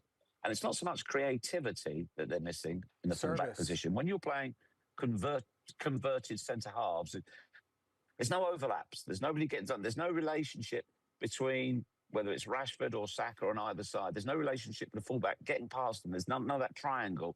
So that's where England are lacking at the moment. This England team is still finding its way. It's still yet to settle down into a pattern and relationships to form on the pitch. So we're waiting to see that. And in the next opponent as well, it's going to be very, very similar to the Ghana game, similar to the Panama game. They will throw a blanket over the whole thing. It's up to England to find holes and pick the way through. Jeff, is there a word to describe what England's done so far? I mean, I was using the word the other day, uninspiring. I mean, we watched, as I mentioned, we were at the Panama game. They were uninspiring. I thought Rashford was okay. Elliot Anderson's passing range is great, but the game was in front of him the whole time, so I thought it was fairly easy for him.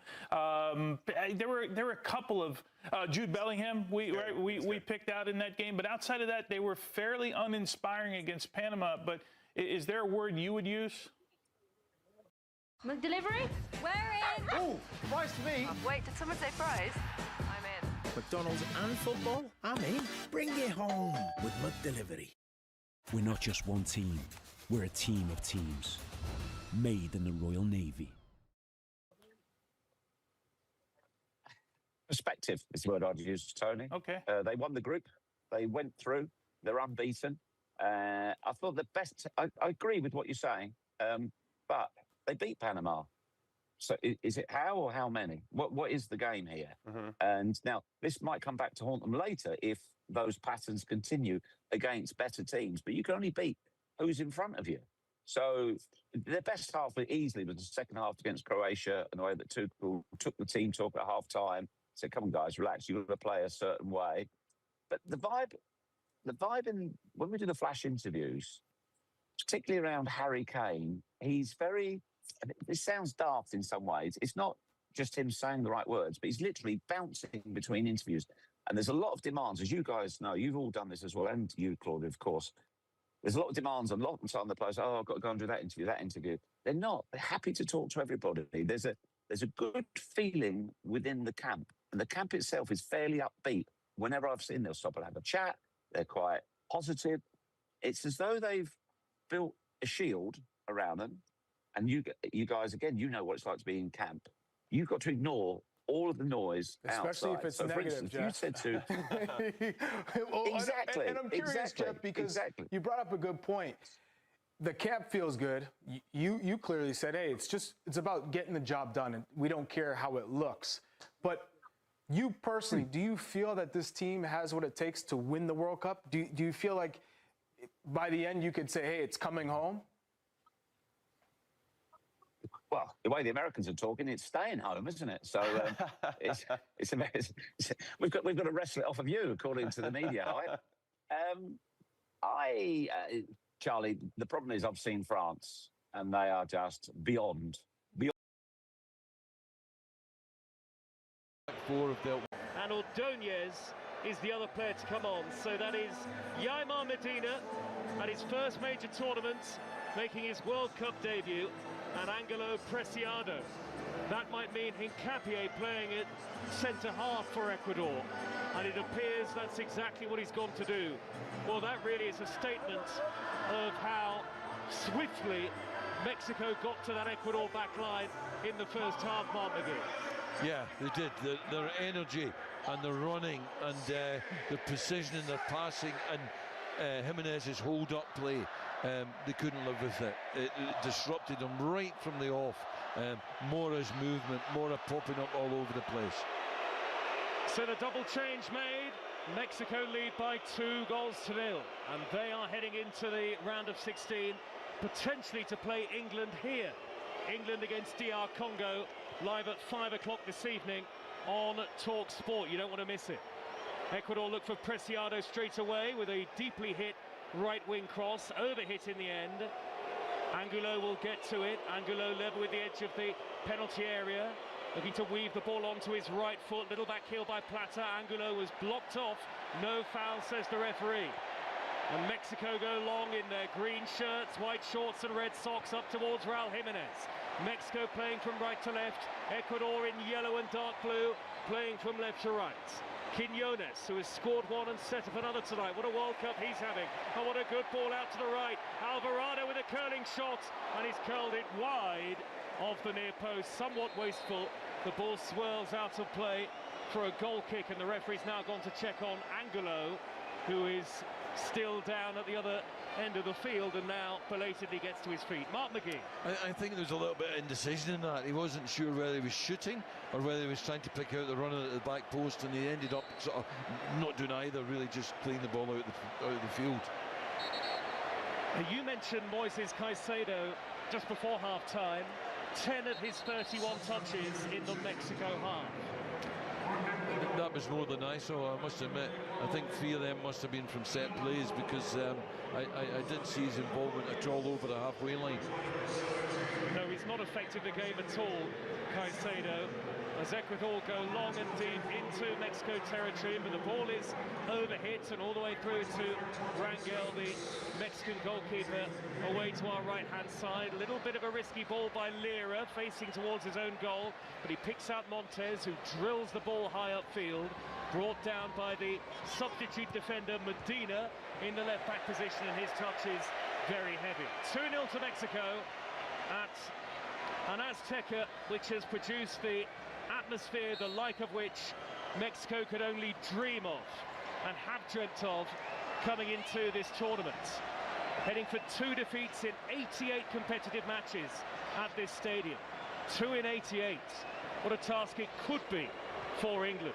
Still a long way to go though tonight, and indeed there's a game to be played later on today against DR Congo. Poor header Caicedo, nodded on by Romo, slide tackle by Hincapié. We'll give you both teams in full again in just a moment.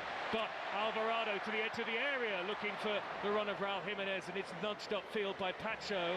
Across comes Montes in front of Valencia, who's been totally anonymous in the game.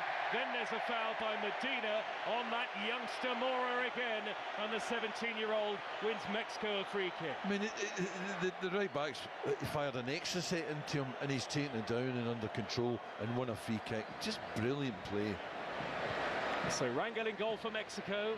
Sanchez, Montes, Vasquez on the ball now, midway inside opposition territory, and Gallardo in defence. Romo, Lira and Mora in midfield. Quiñones, Raul Jimenez, the 2 goal scorers, and Alvarado up front. How have Ecuador set up defensively? I think it is a back 4 mark, and Hincapié has gone to centre half. Yeah, it is a back 4, and it looks already that Caicedo's not dropping right back in there. He is trying to stay up the park, maybe another 15 yards. Maybe he can influence it a bit more. Yeboah, who hit the post in the first half and saw an effort well saved by the goalkeeper, goes down, bundled over, wins a free kick inside his own half. Galindez is the Ecuador goalkeeper. Preciado, the right fullback, on the ball now, with Pacho, Hincapié and Medina also in defence. 3 in midfield, Vite, Caicedo.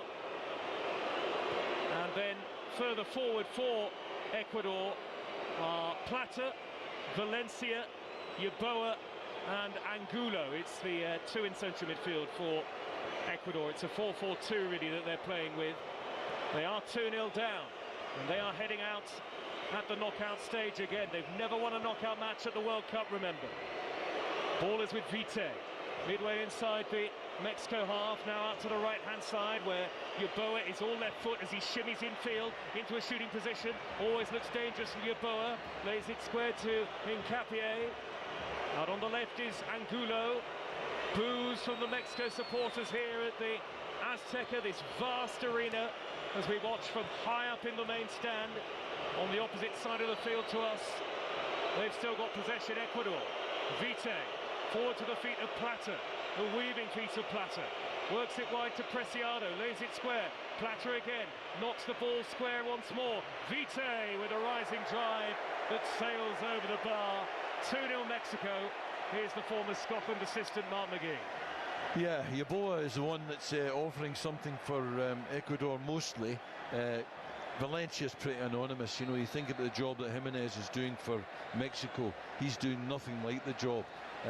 But really important, regardless of the brilliance of the first half that Mexico had, the next goal's the thing. The next goal's so important. If Ecuador were to get the next goal, everything can change. Mexico not conceded at this tournament. Sanchez, the right fullback, raiding down the far side, slides in twice. Almost jumped into the second tackle, did Sanchez, and then a terrible touch by Hincapié to needlessly concede a Mexico throw level with the edge of the 6-yard box. And notably, Mexico are not quick to restart the game at the moment. 6 minutes into the second half, and that's clearly an instruction from the head coach, Javier Aguirre.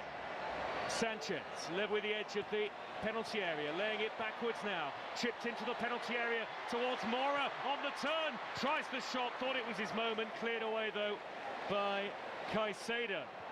Mora eyeing up a World Cup goal as that long diagonal ball hit by Vasquez is straight out of play, and it's an Ecuador goal kick. Yeah, rather than trying to shoot, it might have been better, trying to link up with Jimenez, who'd made that little run around him. Well, Mora looking for his own little bit of history tonight. Oh, Pacho nearly in trouble. Just about gets it away from Raul Jimenez under real pressure inside the Ecuador penalty area. Aguirre, the head coach, out to the edge of his technical area as Ecuador come forward on the counter. It's prodded down the inside right. Ene Valencia, tight angle, shoots! And it's deflected over the top. Good lunging challenge coming in there, I think, by Vasquez. And indeed, the assistant is signalling on the near side that it's a goal kick. It was Montes with the challenge, the other centre-half. Still 2-0 to Mexico on TalkSport. I think actually, looking at the monitor, Joe, he gave offside. That he just Valencia just got a little bit ahead of the pass. Yeah, you're absolutely right, Mark. He did give offside. What a treat this atmosphere has been. They've been building up to it for days, I can tell you, in Mexico City. And no doubt, for those who couldn't get a ticket, they'll be watching at the food stalls and in the fan zone and at bars and restaurants all around the city. There isn't a single restaurant in Mexico City that doesn't have a screen showing the football. There's not. And, I can imagine the atmosphere back at our hotel at the moment. They'll be absolutely buzzing, because I think every single person in the hotel had a Mexico strip on. But, in this second half, Ecuador have started a lot better, and Mexico need to get up to it. Nobody will be sleeping tonight of a Mexico persuasion if it stays like this. But Ecuador are seeing much more of the ball and much more territory in the game as they seek a route back into it with Vite. Square to Moises Caicedo. Angled ball out to the right-hand side. Plata trying to glide forward, but blocked off by the ever-industrious Quiñones. A double deflection, last touch off Quiñones. Arguably one of the players of the tournament, Julian Quiñones, you have to say. Had a brilliant first half. He was a little bit unlucky the other deflection that took it out for the Ecuador throw. Good football by Ecuador. It's back towards Yeboah. Was he caught from behind? Referee says no. Two players go down, one from either team. Mexico in green are on the counter-attack. And on the right-hand side is the tricky Alvarado, who's backheeled the ball straight out of play. And now the referee can stop it. Yeboah caught, I think, by Romo in the long-sleeve shirt. He's gone down. He looks to have come off worse, actually, the Mexico man, and that's why the referee has stopped it. Just looking down to the near-side touchline, I can see that to the left there are Mexico players warming up at a decent pace, and to the right some from Ecuador. Remember, Becasese, the head coach of Ecuador, has already made that half-time change, as now Romo limps away. Yeah, he got a sore one there. He had just nicked the ball away with his toe, and the Ecuador player tried to play the same ball but missed it and caught him. So it's a sore one, but I'm sure he'll run it off. In this atmosphere, in the stakes here, he doesn't want to be going off with a kick in the ankle. 10 minutes into the second half, and Romo trying to run it off, as you say. Still not moving as in as a fleet-footed a way as he was earlier on, maybe. 2-0 Mexico lead. The ball is back with Pacho, who's got some strapping on his left arm. Forward by Caicedo. High downfield, chested down by Plata for Ecuador. Lodges it wide left to Angulo. Some of the build-up play is good. Medina, left back, whips in the cross in towards Valencia. Cleared away by a combination of Vasquez and Montes. They have a good understanding, the two centre-halves. Struck up a good partnership. Caicedo, though. Good spell of pressure, this from Ecuador. Playing from left to right. Medina. Out to the left-hand side again, and Plata. Back infield to Vite. Vite 25 or so yards out. Out to the far side once more. Angulo waiting for a run maybe from somebody in support. Gets it back from Medina. Mexico defending stoutly. Not let a goal in at this World Cup, neither of Spain, but Mexico are the team who've got a perfect record in terms of having won every game so far. Listen to the boos, the whistles of the home support, and it is a home game, this, for Mexico. As Ecuador prepared to make another change. Brian Gutierrez stripped and ready to go. all in the yellow and dark blue of Ecuador. Sideways and backwards at the moment, but no penetration. No, but patience. You know, they only have to get the next goal, and whatever time they've got left, then they can work at it.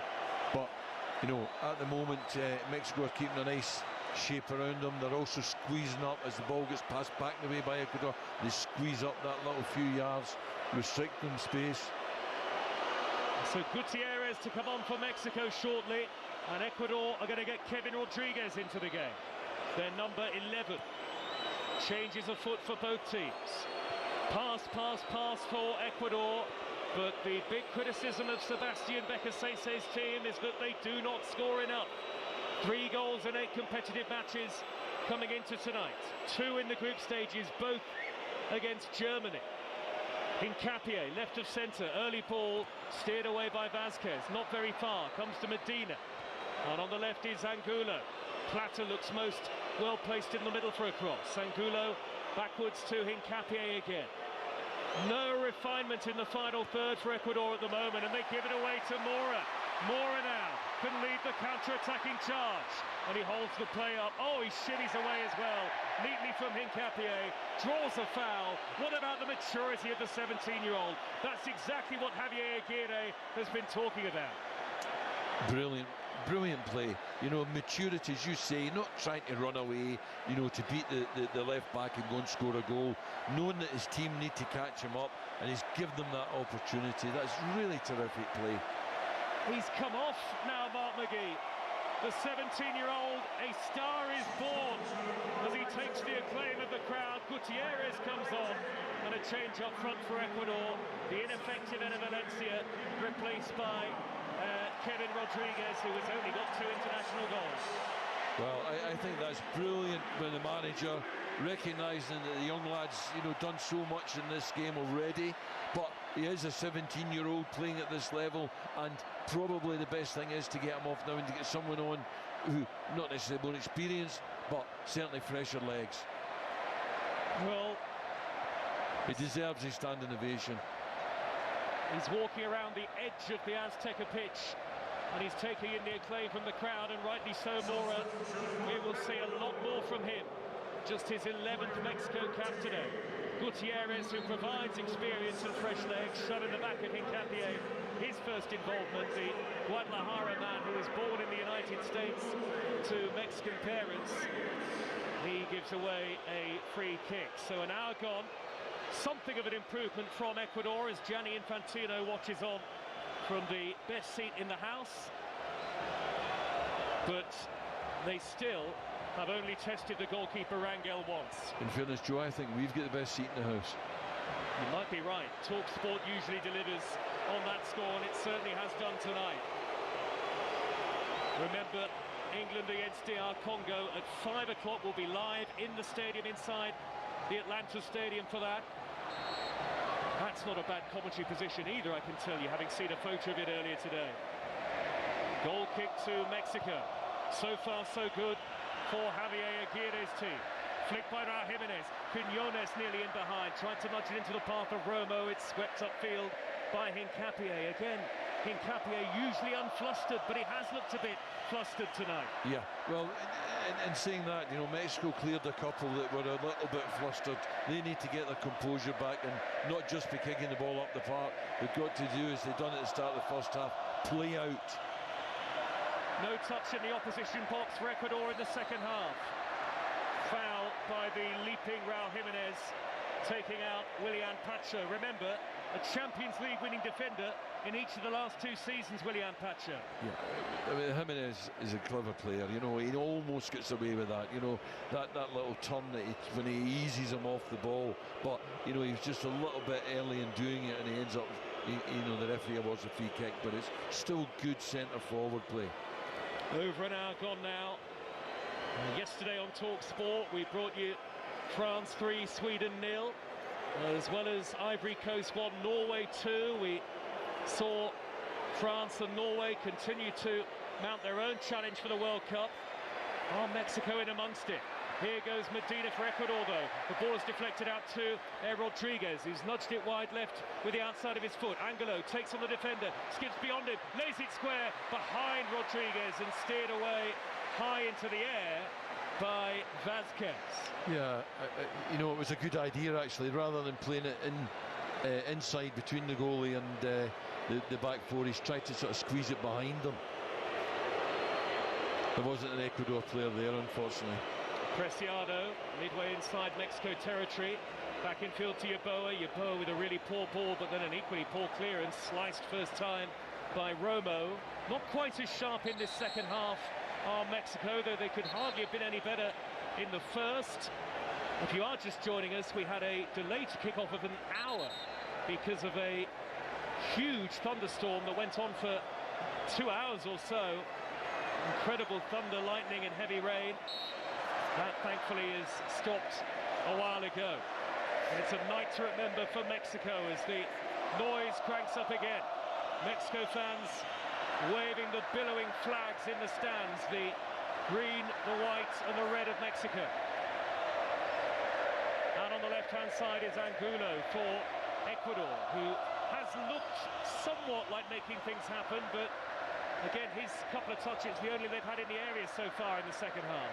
Rodriguez, back to goal, lays it off, crossing by Caicedo, big deflection, and he can't prevent it from going behind for a corner, Gallardo, another corner for Ecuador. Yeah, I was about to say to Joe, you know, Agulo over there with the bleached blonde hair, he's looked dangerous, he's looked effective, he's not got a final ball in yet, but he's worked himself positions in order to get balls in, and they're going to have to really get ties on him. Pockets, just small pockets of yellow shirts behind the goal. This crowd is almost all Mexico. Corner delivered into the near post, good header away. Montes there again. He's been brilliant so far, Montes. 63 minutes played, 2-0 to Mexico. Preciado with a big diagonal ball, cross-field towards the left. Angulo will not keep it in. Overhit by the substitute Preciado. The ball flies out of play off this wet surface for a throw to Mexico down by their own corner flag.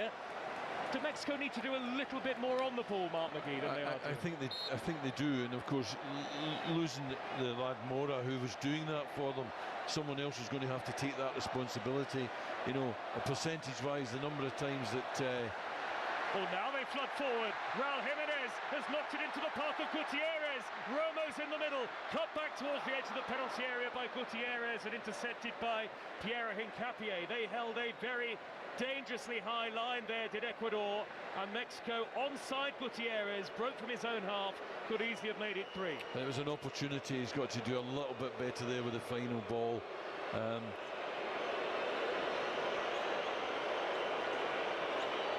Well, Romo was the player in the penalty area, but he wanted to cut it backwards. Angled ball to the edge of the box, and Quiñones, who was there, but well marshalled in the end by Hincapié. The ball is back with the goalkeeper Rangel, all in pink. Looked a little bit nervous, Rangel, when he came out to warm up. I actually saw Guillermo Ochoa, the vastly experienced reserve goalkeeper, just giving him some words of encouragement before the game started at the end of the warm-ups. And he has been excellent. Raul Jimenez with a layoff that this time doesn't come off. Nobody there in green to reach the loose ball. One touch layoff. I don't like that. First half he wasn't doing that.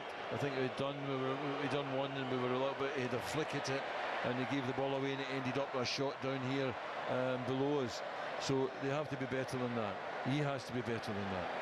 Lira, the stocky number 6 for Mexico. Forward by Vasquez, up towards the halfway line. I think that might be one or two olays from the Mexico fans. Raul Jimenez steers it down the left. Quiñones is in behind. Gutierrez in the middle. Deflection on the cross. Out of play for a corner. To Mexico, 20 minutes into the second half. Mark McGee. Yeah, good play to earn the corner. Not a great ball. It wasn't getting to Jimenez when he tried to cross it here, but they've got a little bit of time to draw a little breath, get a little bit of composure, be ready to get the shape. Don't get caught in the counter. Make sure they're vigilant at the back, but deliver a good ball that gives Jimenez a chance to score a goal. Use his head. Alvarado is going to take the corner. Left-footed and out swinging. Quiñones was really whipping up the crowd there as if they need any more encouragement. Two centre-halves are both forward. One to the back post. Romo is there as well. And Quiñones and and Raul Jimenez, both lurking inside the penalty area. Floated in by Alvarado. Up go the heads, and a brilliant save by Galindez to deny Cesar Montes. A brilliant run. You know, he peels off to the back first of all, takes up a position at the back post, and as the ball's delivered, makes his run right round about the rest of the players, using them for blocks, and gets a great header in and a terrific save. They're queuing up again for the delivery of Alvarado. Again, it will be out swinging. Again, it's floated in high to the centre of the 6-yard box and headed wide once more. Montes again.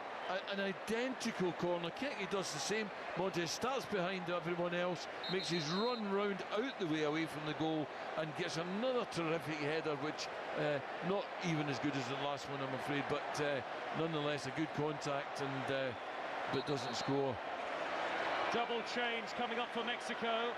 Obed Vargas, a midfield player, only 20 years of age, will come on, as will Santiago Jimenez of Milan, once seen as a successor to Raul Jimenez, but they won't make the changes just yet because we've reached the hydration break. End of the third quarter. Mark, well, it's still full marks to Mexico. Yeah, it is. I'm not sure if I wasn't seeing, I don't know who they're going to change, but I'm not sure we weren't seeing a little bit of tiredness in Raul Jimenez. He's worked really, really hard, but just a couple of times he's been a bit slow to come off. He's been a bit slow to, he's been unable to keep possession, so maybe he is tiring and maybe he will come off.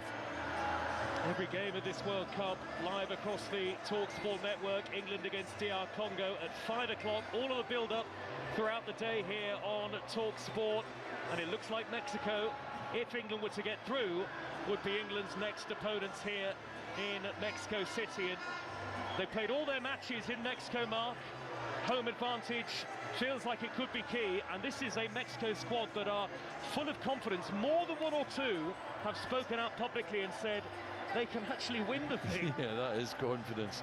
But, you know, when you think about if England come here, then we've seen what England need to do. They need to stem the tide. They can accept that the energy that that Mexico are going to gain and draw from this incredible crowd in this incredible stadium is going to give them an impetus to start the game well and to get at England. But England need to be just robust, and they need to be determined to see it through.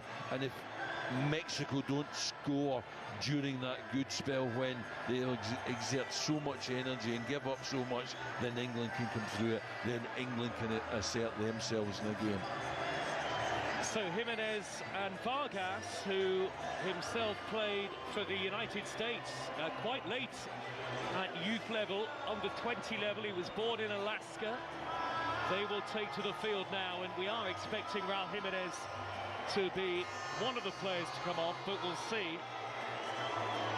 Isn't it a testament to Mexico's defensive record, Mark? We've been talking about Ecuador the whole time, but Mexico have only faced 6 shots on target at the entire World Cup.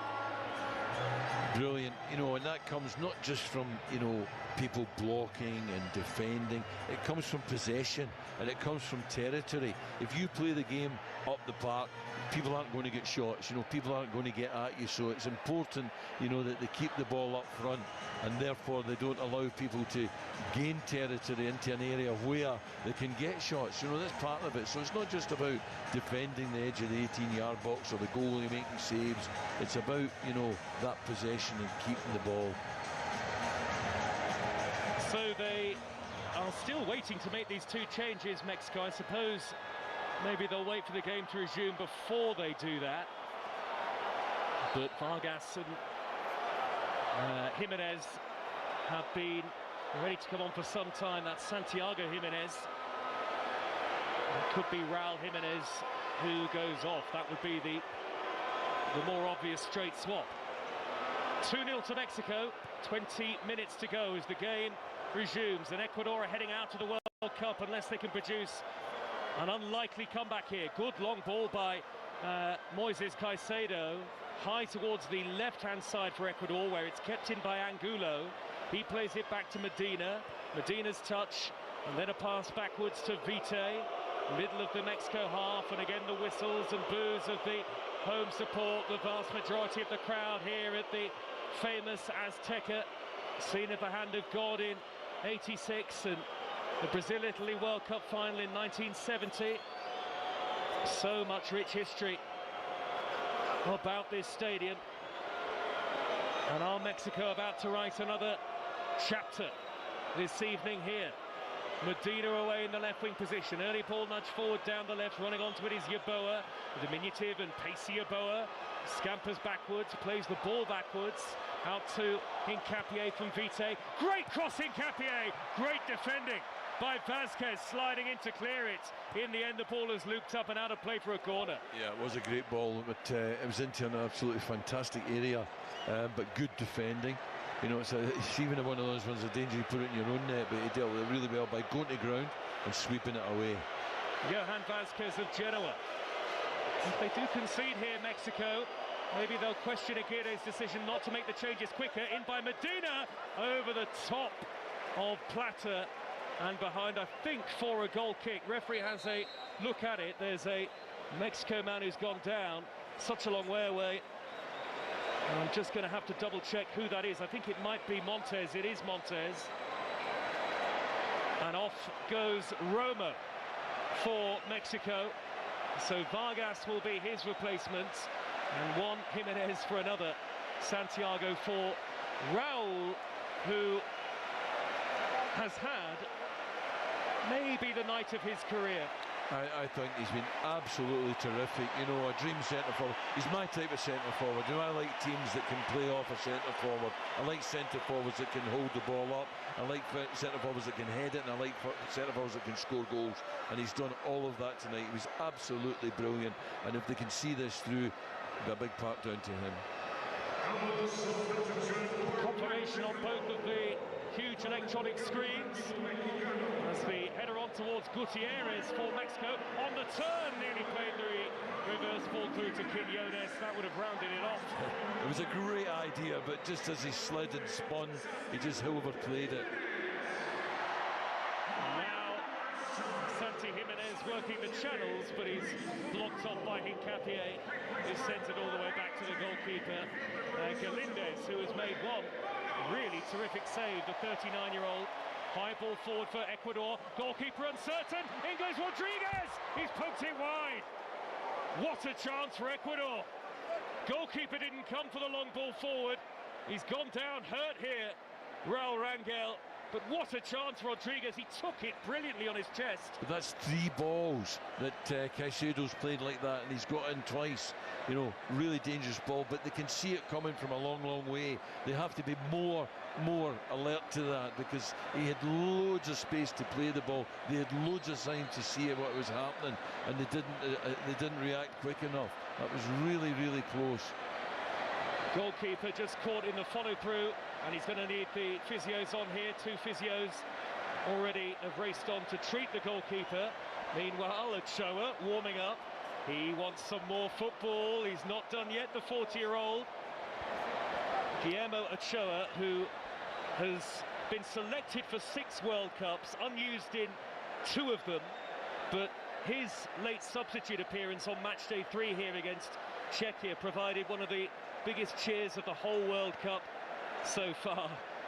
He does look like he's itching to get on here, Ochoa, but I'm sure Rangel will probably be able to continue. In the end, does he just about do enough, Mark, as a former striker yourself, to block off Rodriguez?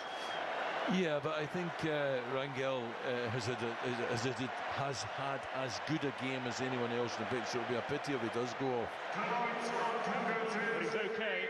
Looks okay. And 80,824, the crowd here. Among them, a great Mexico goalkeeper in Jorge Campos. Another full house at the World Cup, and you have to say, all of the talk as to whether there would be low attendances at this tournament beforehand, well, every game that we've been at, every game that we've seen has been a sellout. Now then, Santi Jimenez into the penalty area, blocked off at the last moment by the firm challenge of Hincapié, but Ecuador give it away, having cleared it away initially. Then it is scooped forward by Plata, header on by Montes. They've had 70% possession in the second half, Ecuador, but not done enough with it. Though, here goes Rodriguez. right corner of the penalty area. Oh, he's adjudged to have fouled the defender by the referee. Yeah, right below us though, Quinones again. You know, he won a header. You know, he's not the biggest. He won a header, kept possession, then he went into a tackle, kept possession again. I mean, winning the ball back, still reacting. That's the way they were in the first half, and I think they need to get back to a little bit of that, at least for the next 10 minutes or so. Put Ecuador under just a little bit more stress. There are only 14 minutes plus added time left. On Talk Sport, it is Mexico 2, Ecuador 0. Going to bring on two youngsters, Ecuador, to try and do something as they bid to force this to extra time. Jordi Caicedo and Kendry Paez, who is a Chelsea player but spent all of his time at the club out on loan. And Sanchez in the right back position for Mexico. He's going to smash the ball clear, and it's gone out of play. Mexico's play suddenly got a little bit untidy, and they're allowing, you know, Ecuador to step onto them. They're spending too much time in that last third of the pitch, too many touches in that last third of the pitch. Paez and Jordi Caicedo are ready to go. Is that Israel Reyes down on the near side touchline for Mexico? It is a versatile utility man. He's not the only one down there. Orbelin Pineda is stripped and ready to go as well. So we're going to have two sets of substitutions. Double change for either team, and Aguirre is doing the hand signal to the referee that he wants to make the change right here, right now. First of all, Jordi Caicedo for Yeboah, who has been lively. Certainly was in the first half. And Kendry Paez of Chelsea for Angulo. So he's taken off his two wingers and he's hoping for something more here, Becca Sesa. Paez gets the go-ahead to come on. Double substitution for Ecuador. Mexico will not make the changes straight away, I don't think, or will they? I think they've a player off the pitch on the far side who's injured. Yes. Lira signalled to the bench right away. I don't know what's happened to him over there, but Lira knew that he was finished and was signalled to the Mexico bench to get someone on right away. Well, here comes Pineda for Quinones. What an ovation for the man who's up there with Raul Jimenez as being the main man for Mexico. And the player who can't continue is Alvarado.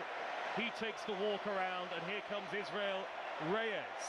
That's a little bit of a concern, isn't it, Mark McGee, Alvarado? Yeah, it is, because I think Reyes plays a little bit. Is he not play a little bit more central? Is he going to go out where Alvarado has been? I wonder whether he'll play deeper, Reyes, or whether they'll even change shape. Here is Gallardo on the halfway line for Mexico, and he wins the throw.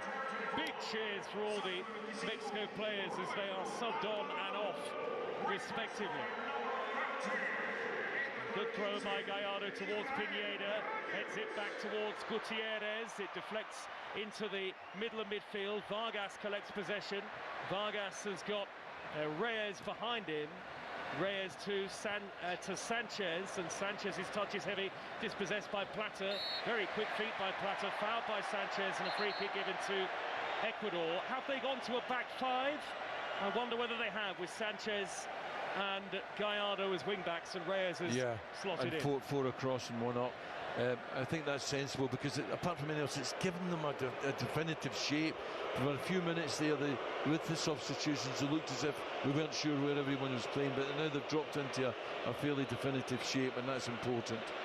Paez, number 10, first touch of the ball. Square pass into Vite on the edge of the centre circle. Ecuador have not been at their best at all tonight, certainly not defensively. Good work on that far side by Sanchez to make a block tackle. And then Gutierrez pokes it further clear. Loose ball is back with Vite, sets up Moises Caicedo. Jordi Caicedo waiting in the penalty area for any sort of ball in. Vite's gone wide out to the left, and Pierre Hincapié. 2-0 down here, Ecuador. Hincapié goes on the outside. Good block again by Sanchez to deflect the cross behind for a corner. 9 minutes to go. Hincapié takes the corner short. Plenty waiting in the middle for the cross. Up go the heads again. This time away by Vázquez. Bounces down to Moises Caicedo. He delivers it a high-floated ball, and it's plucked out of the air by that goalkeeper Rangel. Suddenly, Ecuador are doing what they should have done early in the game. They're quickening things up, but you know they're running out of time. It's a bit late for that. But I like the Mexico shape now. It seems far better protected, doesn't it? Yeah. For the insurance that they've got, the 2 goals under the floodlights here at the Azteca Stadium, live on TalkSport from Mexico City. Their last win in the knockouts at the World Cup was in '86, 2-0 against Bulgaria, 2-0 up here against Ecuador. And heading into the round of 16, Mexico to face either England or DR Congo. England in action at 5 o'clock tonight. Full commentary with us, as you'd expect, and all the build-up and reaction on TalkSport. Little chip by Hincapié. Medina looking to get in behind. Sanchez is across. Medina scoops the ball into the penalty area. Up went Jordi Caicedo, and there's a foul given against Ecuador as Jordi Caicedo leapt all over the back of his man. And a free kick to Mexico, who, remember, as Vázquez was caught, have still not conceded at this tournament. Fantastic, but you know that foul is understandable because he's going to try and win the ball to score a goal. You've got to commit, and in doing so he's given away a free kick, but it's taken the pressure off of Mexico and allowed them to regroup. It will allow them to squeeze up the park a little bit and try and keep the ball up this end for a few minutes to try and see this game out. Dancing in the stands again, the Mexico supporters all around this vast stadium. This bowl-shaped stadium is full of Mexican joy and jubilation. 7 minutes plus added time remaining. Won't feel jubilant yet for Javier Aguirre, the head coach. But he might only be minutes away from that historic victory, unless Ecuador can do something that looks unlikely at the moment and come back from 2-0 down.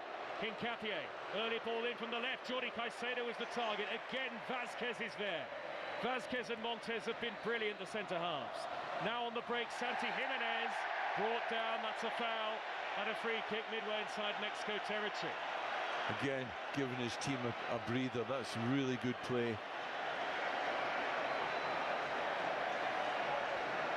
Not much contact from Vite, but enough. Referee has done a good job, I think, overall, Mark, in terms of keeping the temperature of the game down. There's only been 1 yellow card. Yeah, I think so, and also, you know, with all those corner kicks in the first half, when there was all those bodies, he seemed to be able to see what was happening and seemed to, you know, take a kind of neutral view of it. Header away by Preciado, beating opposite number 17, Pineda in the air. And Ecuador had possession back. Hincapié over halfway. Ball up the inside left. The tenacious Sanchez in the way. Blocked it clear. Turned it away with his back. And now Moises Caicedo in the centre circle. Moises Caicedo chipped down the middle. Up towards Jordi Caicedo. Cleared away. Moises Caicedo with a driven effort, which is wide. From about 25, 30 yards out. A lot of fizz on that. You know, I'm used to seeing Moises Caicedo pick the ball up and drive with it. You know, and I've not seen that at all. He's played like a standoff. You know, he's played 3 or 4 fantastic balls, one which nearly get in and when the keeper get injured.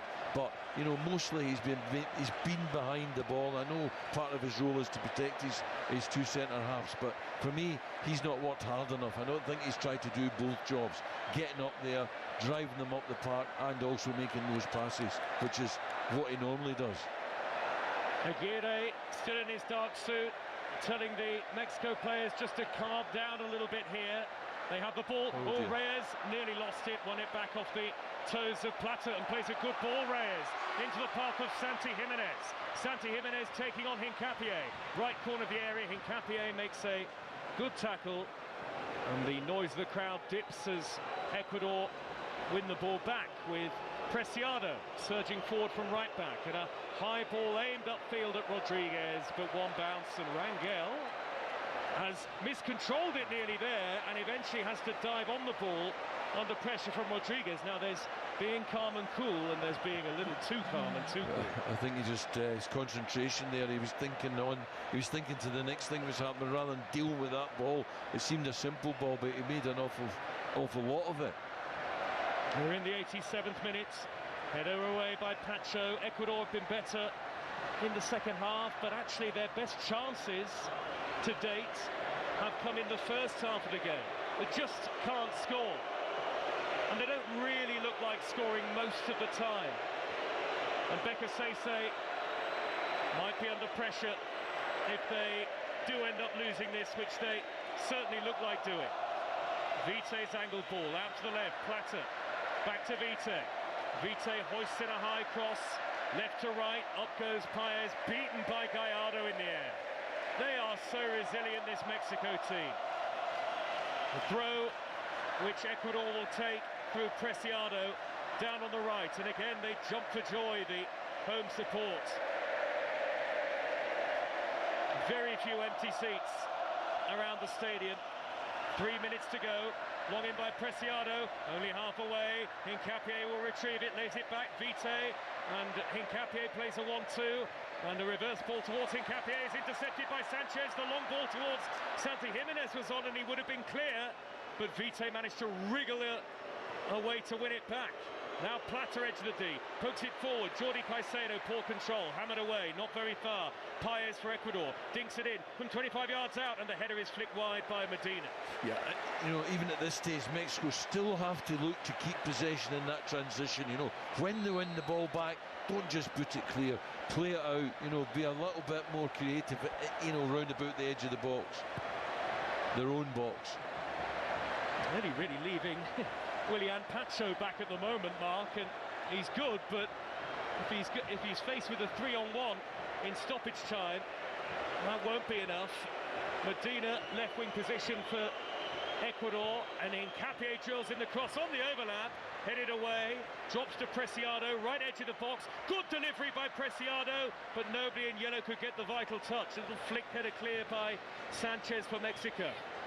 Hincapié's there again. Mexico 2, Ecuador 0. Nutmeg on Sanchez by Hincapié, but there on the cover to hack it clear is Reyes. 2 balls on the pitch as Ecuador restart the game from a throw. They desperately need something here. Medina's delivery, header on by Hincapié. Jordi Caicedo, shot is blocked. Could fall to Rodriguez, cleared away. Mexico on the break. Santi Jimenez upfield. He's only got Pacho between him and the goal. Pineda's raiding forward as well. Santi Jimenez lays it towards Pineda. He's blocked off in the area by Caicedo. Forward by Preciado, down the inside right. What a tie this has been. Out of play, take a breath, Mark McKee. A great bit of play there, but the supporting player couldn't get there quite quick enough. And yet there was another player on the right-hand side that he might have got him in, but maybe he was in slightly more space, but oh my goodness, what a brilliant break against, a team that's pressing, trying to get a goal, trying to get back in this game, even with the short time that's left. But, a great counter-attack, just not quite the precision in the end. And typically diligent work by Caicedo to track back, though it looks as though it'll all be in vain. Here comes the 4th official. There might be quite a lot of added time, A couple of injury stoppages. I think it's going to be 7. It is 7 added minutes. Now, that wasn't a total guess. I saw the number flash up beforehand. Just to I'm sure you would have got it right anyway, Joe. 2-0 to Mexico. Plata gathers on the ball on the halfway line. What a joy to watch this tie. Plata floats the ball forward. Maybe it's not over yet. Chested back to his goalkeeper by Gallardo, and Rangel drops down on the ball. Yeah, but we said that when they made the changes, they're playing a 5-4-1. Too often at the moment, there's been 2 left behind the ball. Someone has to sit a little bit more. One of the Mexican forward players. They don't need 2 up there. One's enough. Fired forward by Rangel up to Pineda, who's controlled it brilliantly down the left. He skips away from Preciado.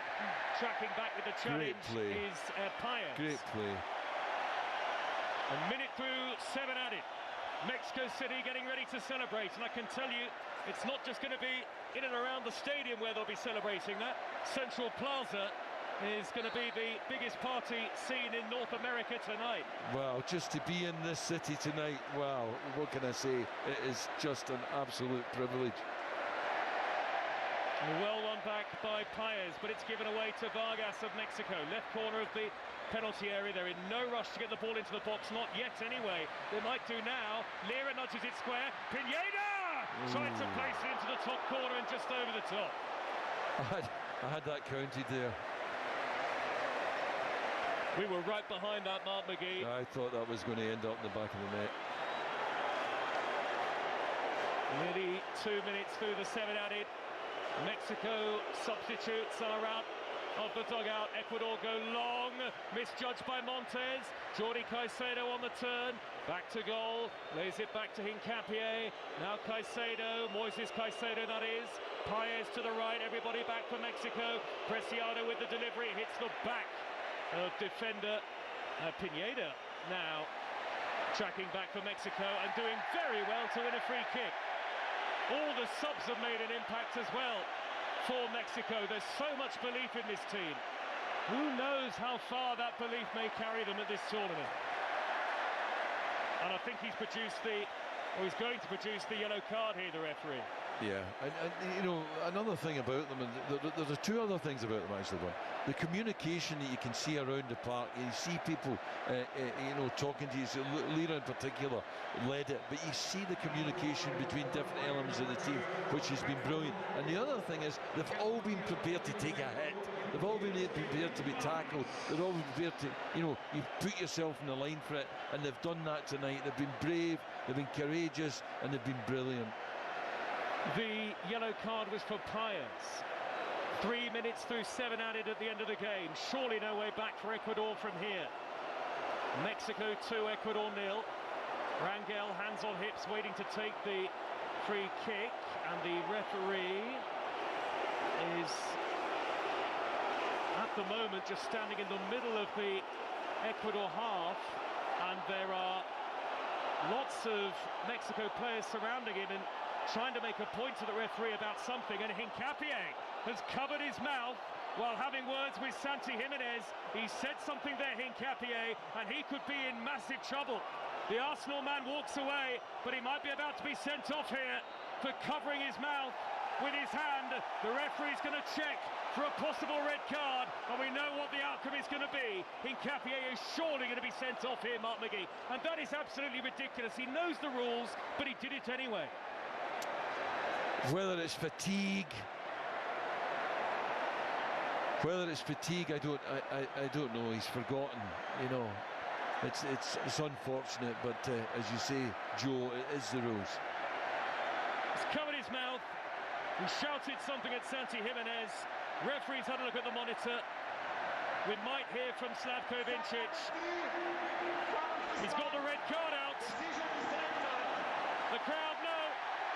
Off goes Hincapié. He knows. He jogs off. What a desperate night it's turned into for Ecuador. They're waving goodbye to Piero Hincapié. Here are the Mexico fans. The Arsenal man, usually so unflappable.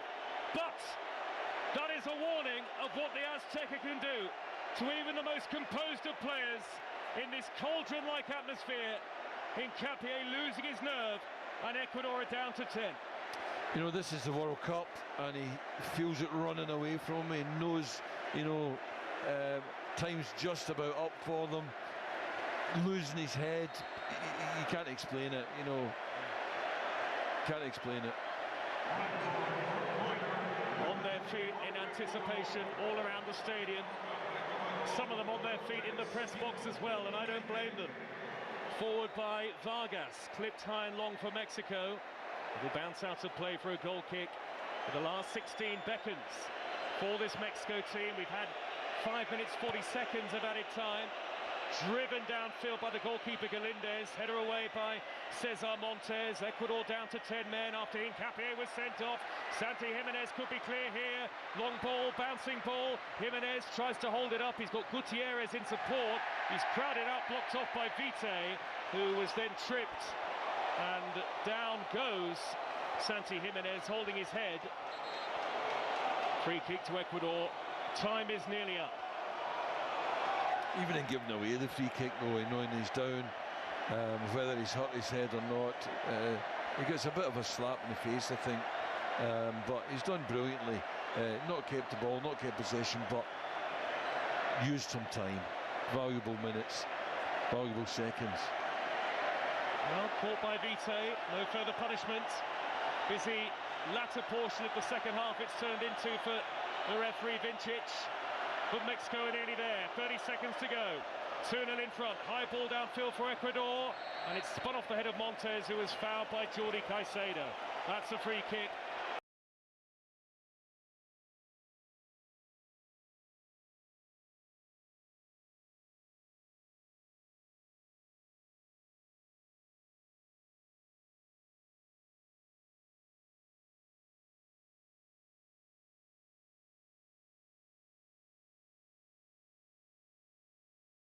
Some of them on their feet in the press box as well, and I don't blame them.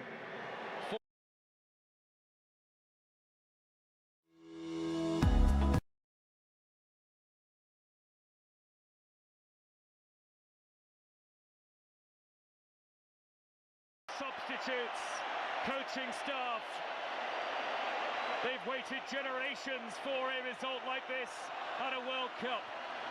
Pacho playing it backwards. Galindez, the goalkeeper, hammers it away for Ecuador. High and long, headed by Montes. That bounces towards the left wing position. The 10 men of Ecuador have a throw, but they're not going to get back into it. It's going to be all over in just a few moments' time. 8 added minutes have been played.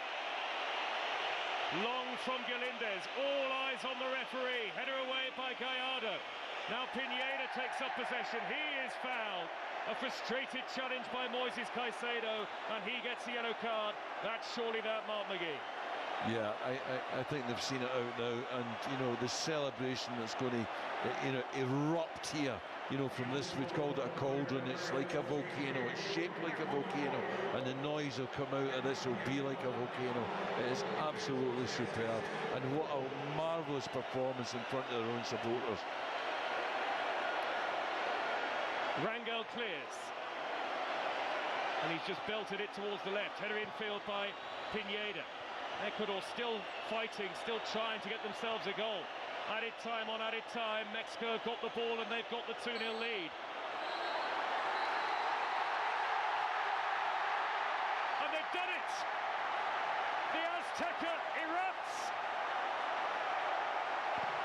Mexico ghosts are exercised!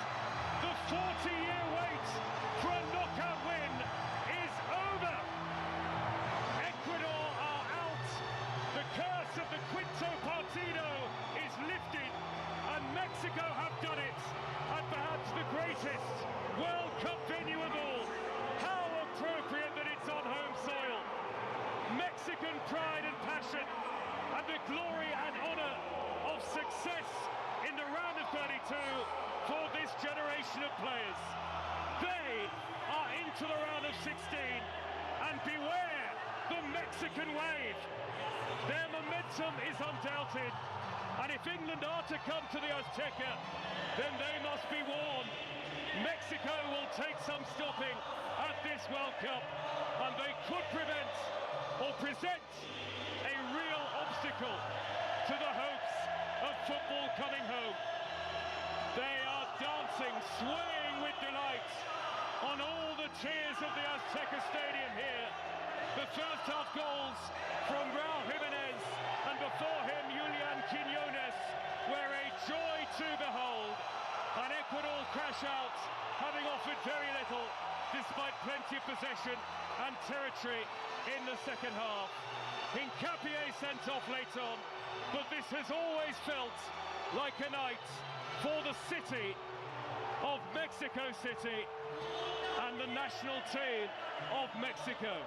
Absolutely unforgettable. Mexico 2, Ecuador 0. Joe, Shannon, thank you very much. I think it's fair to say we're not going to get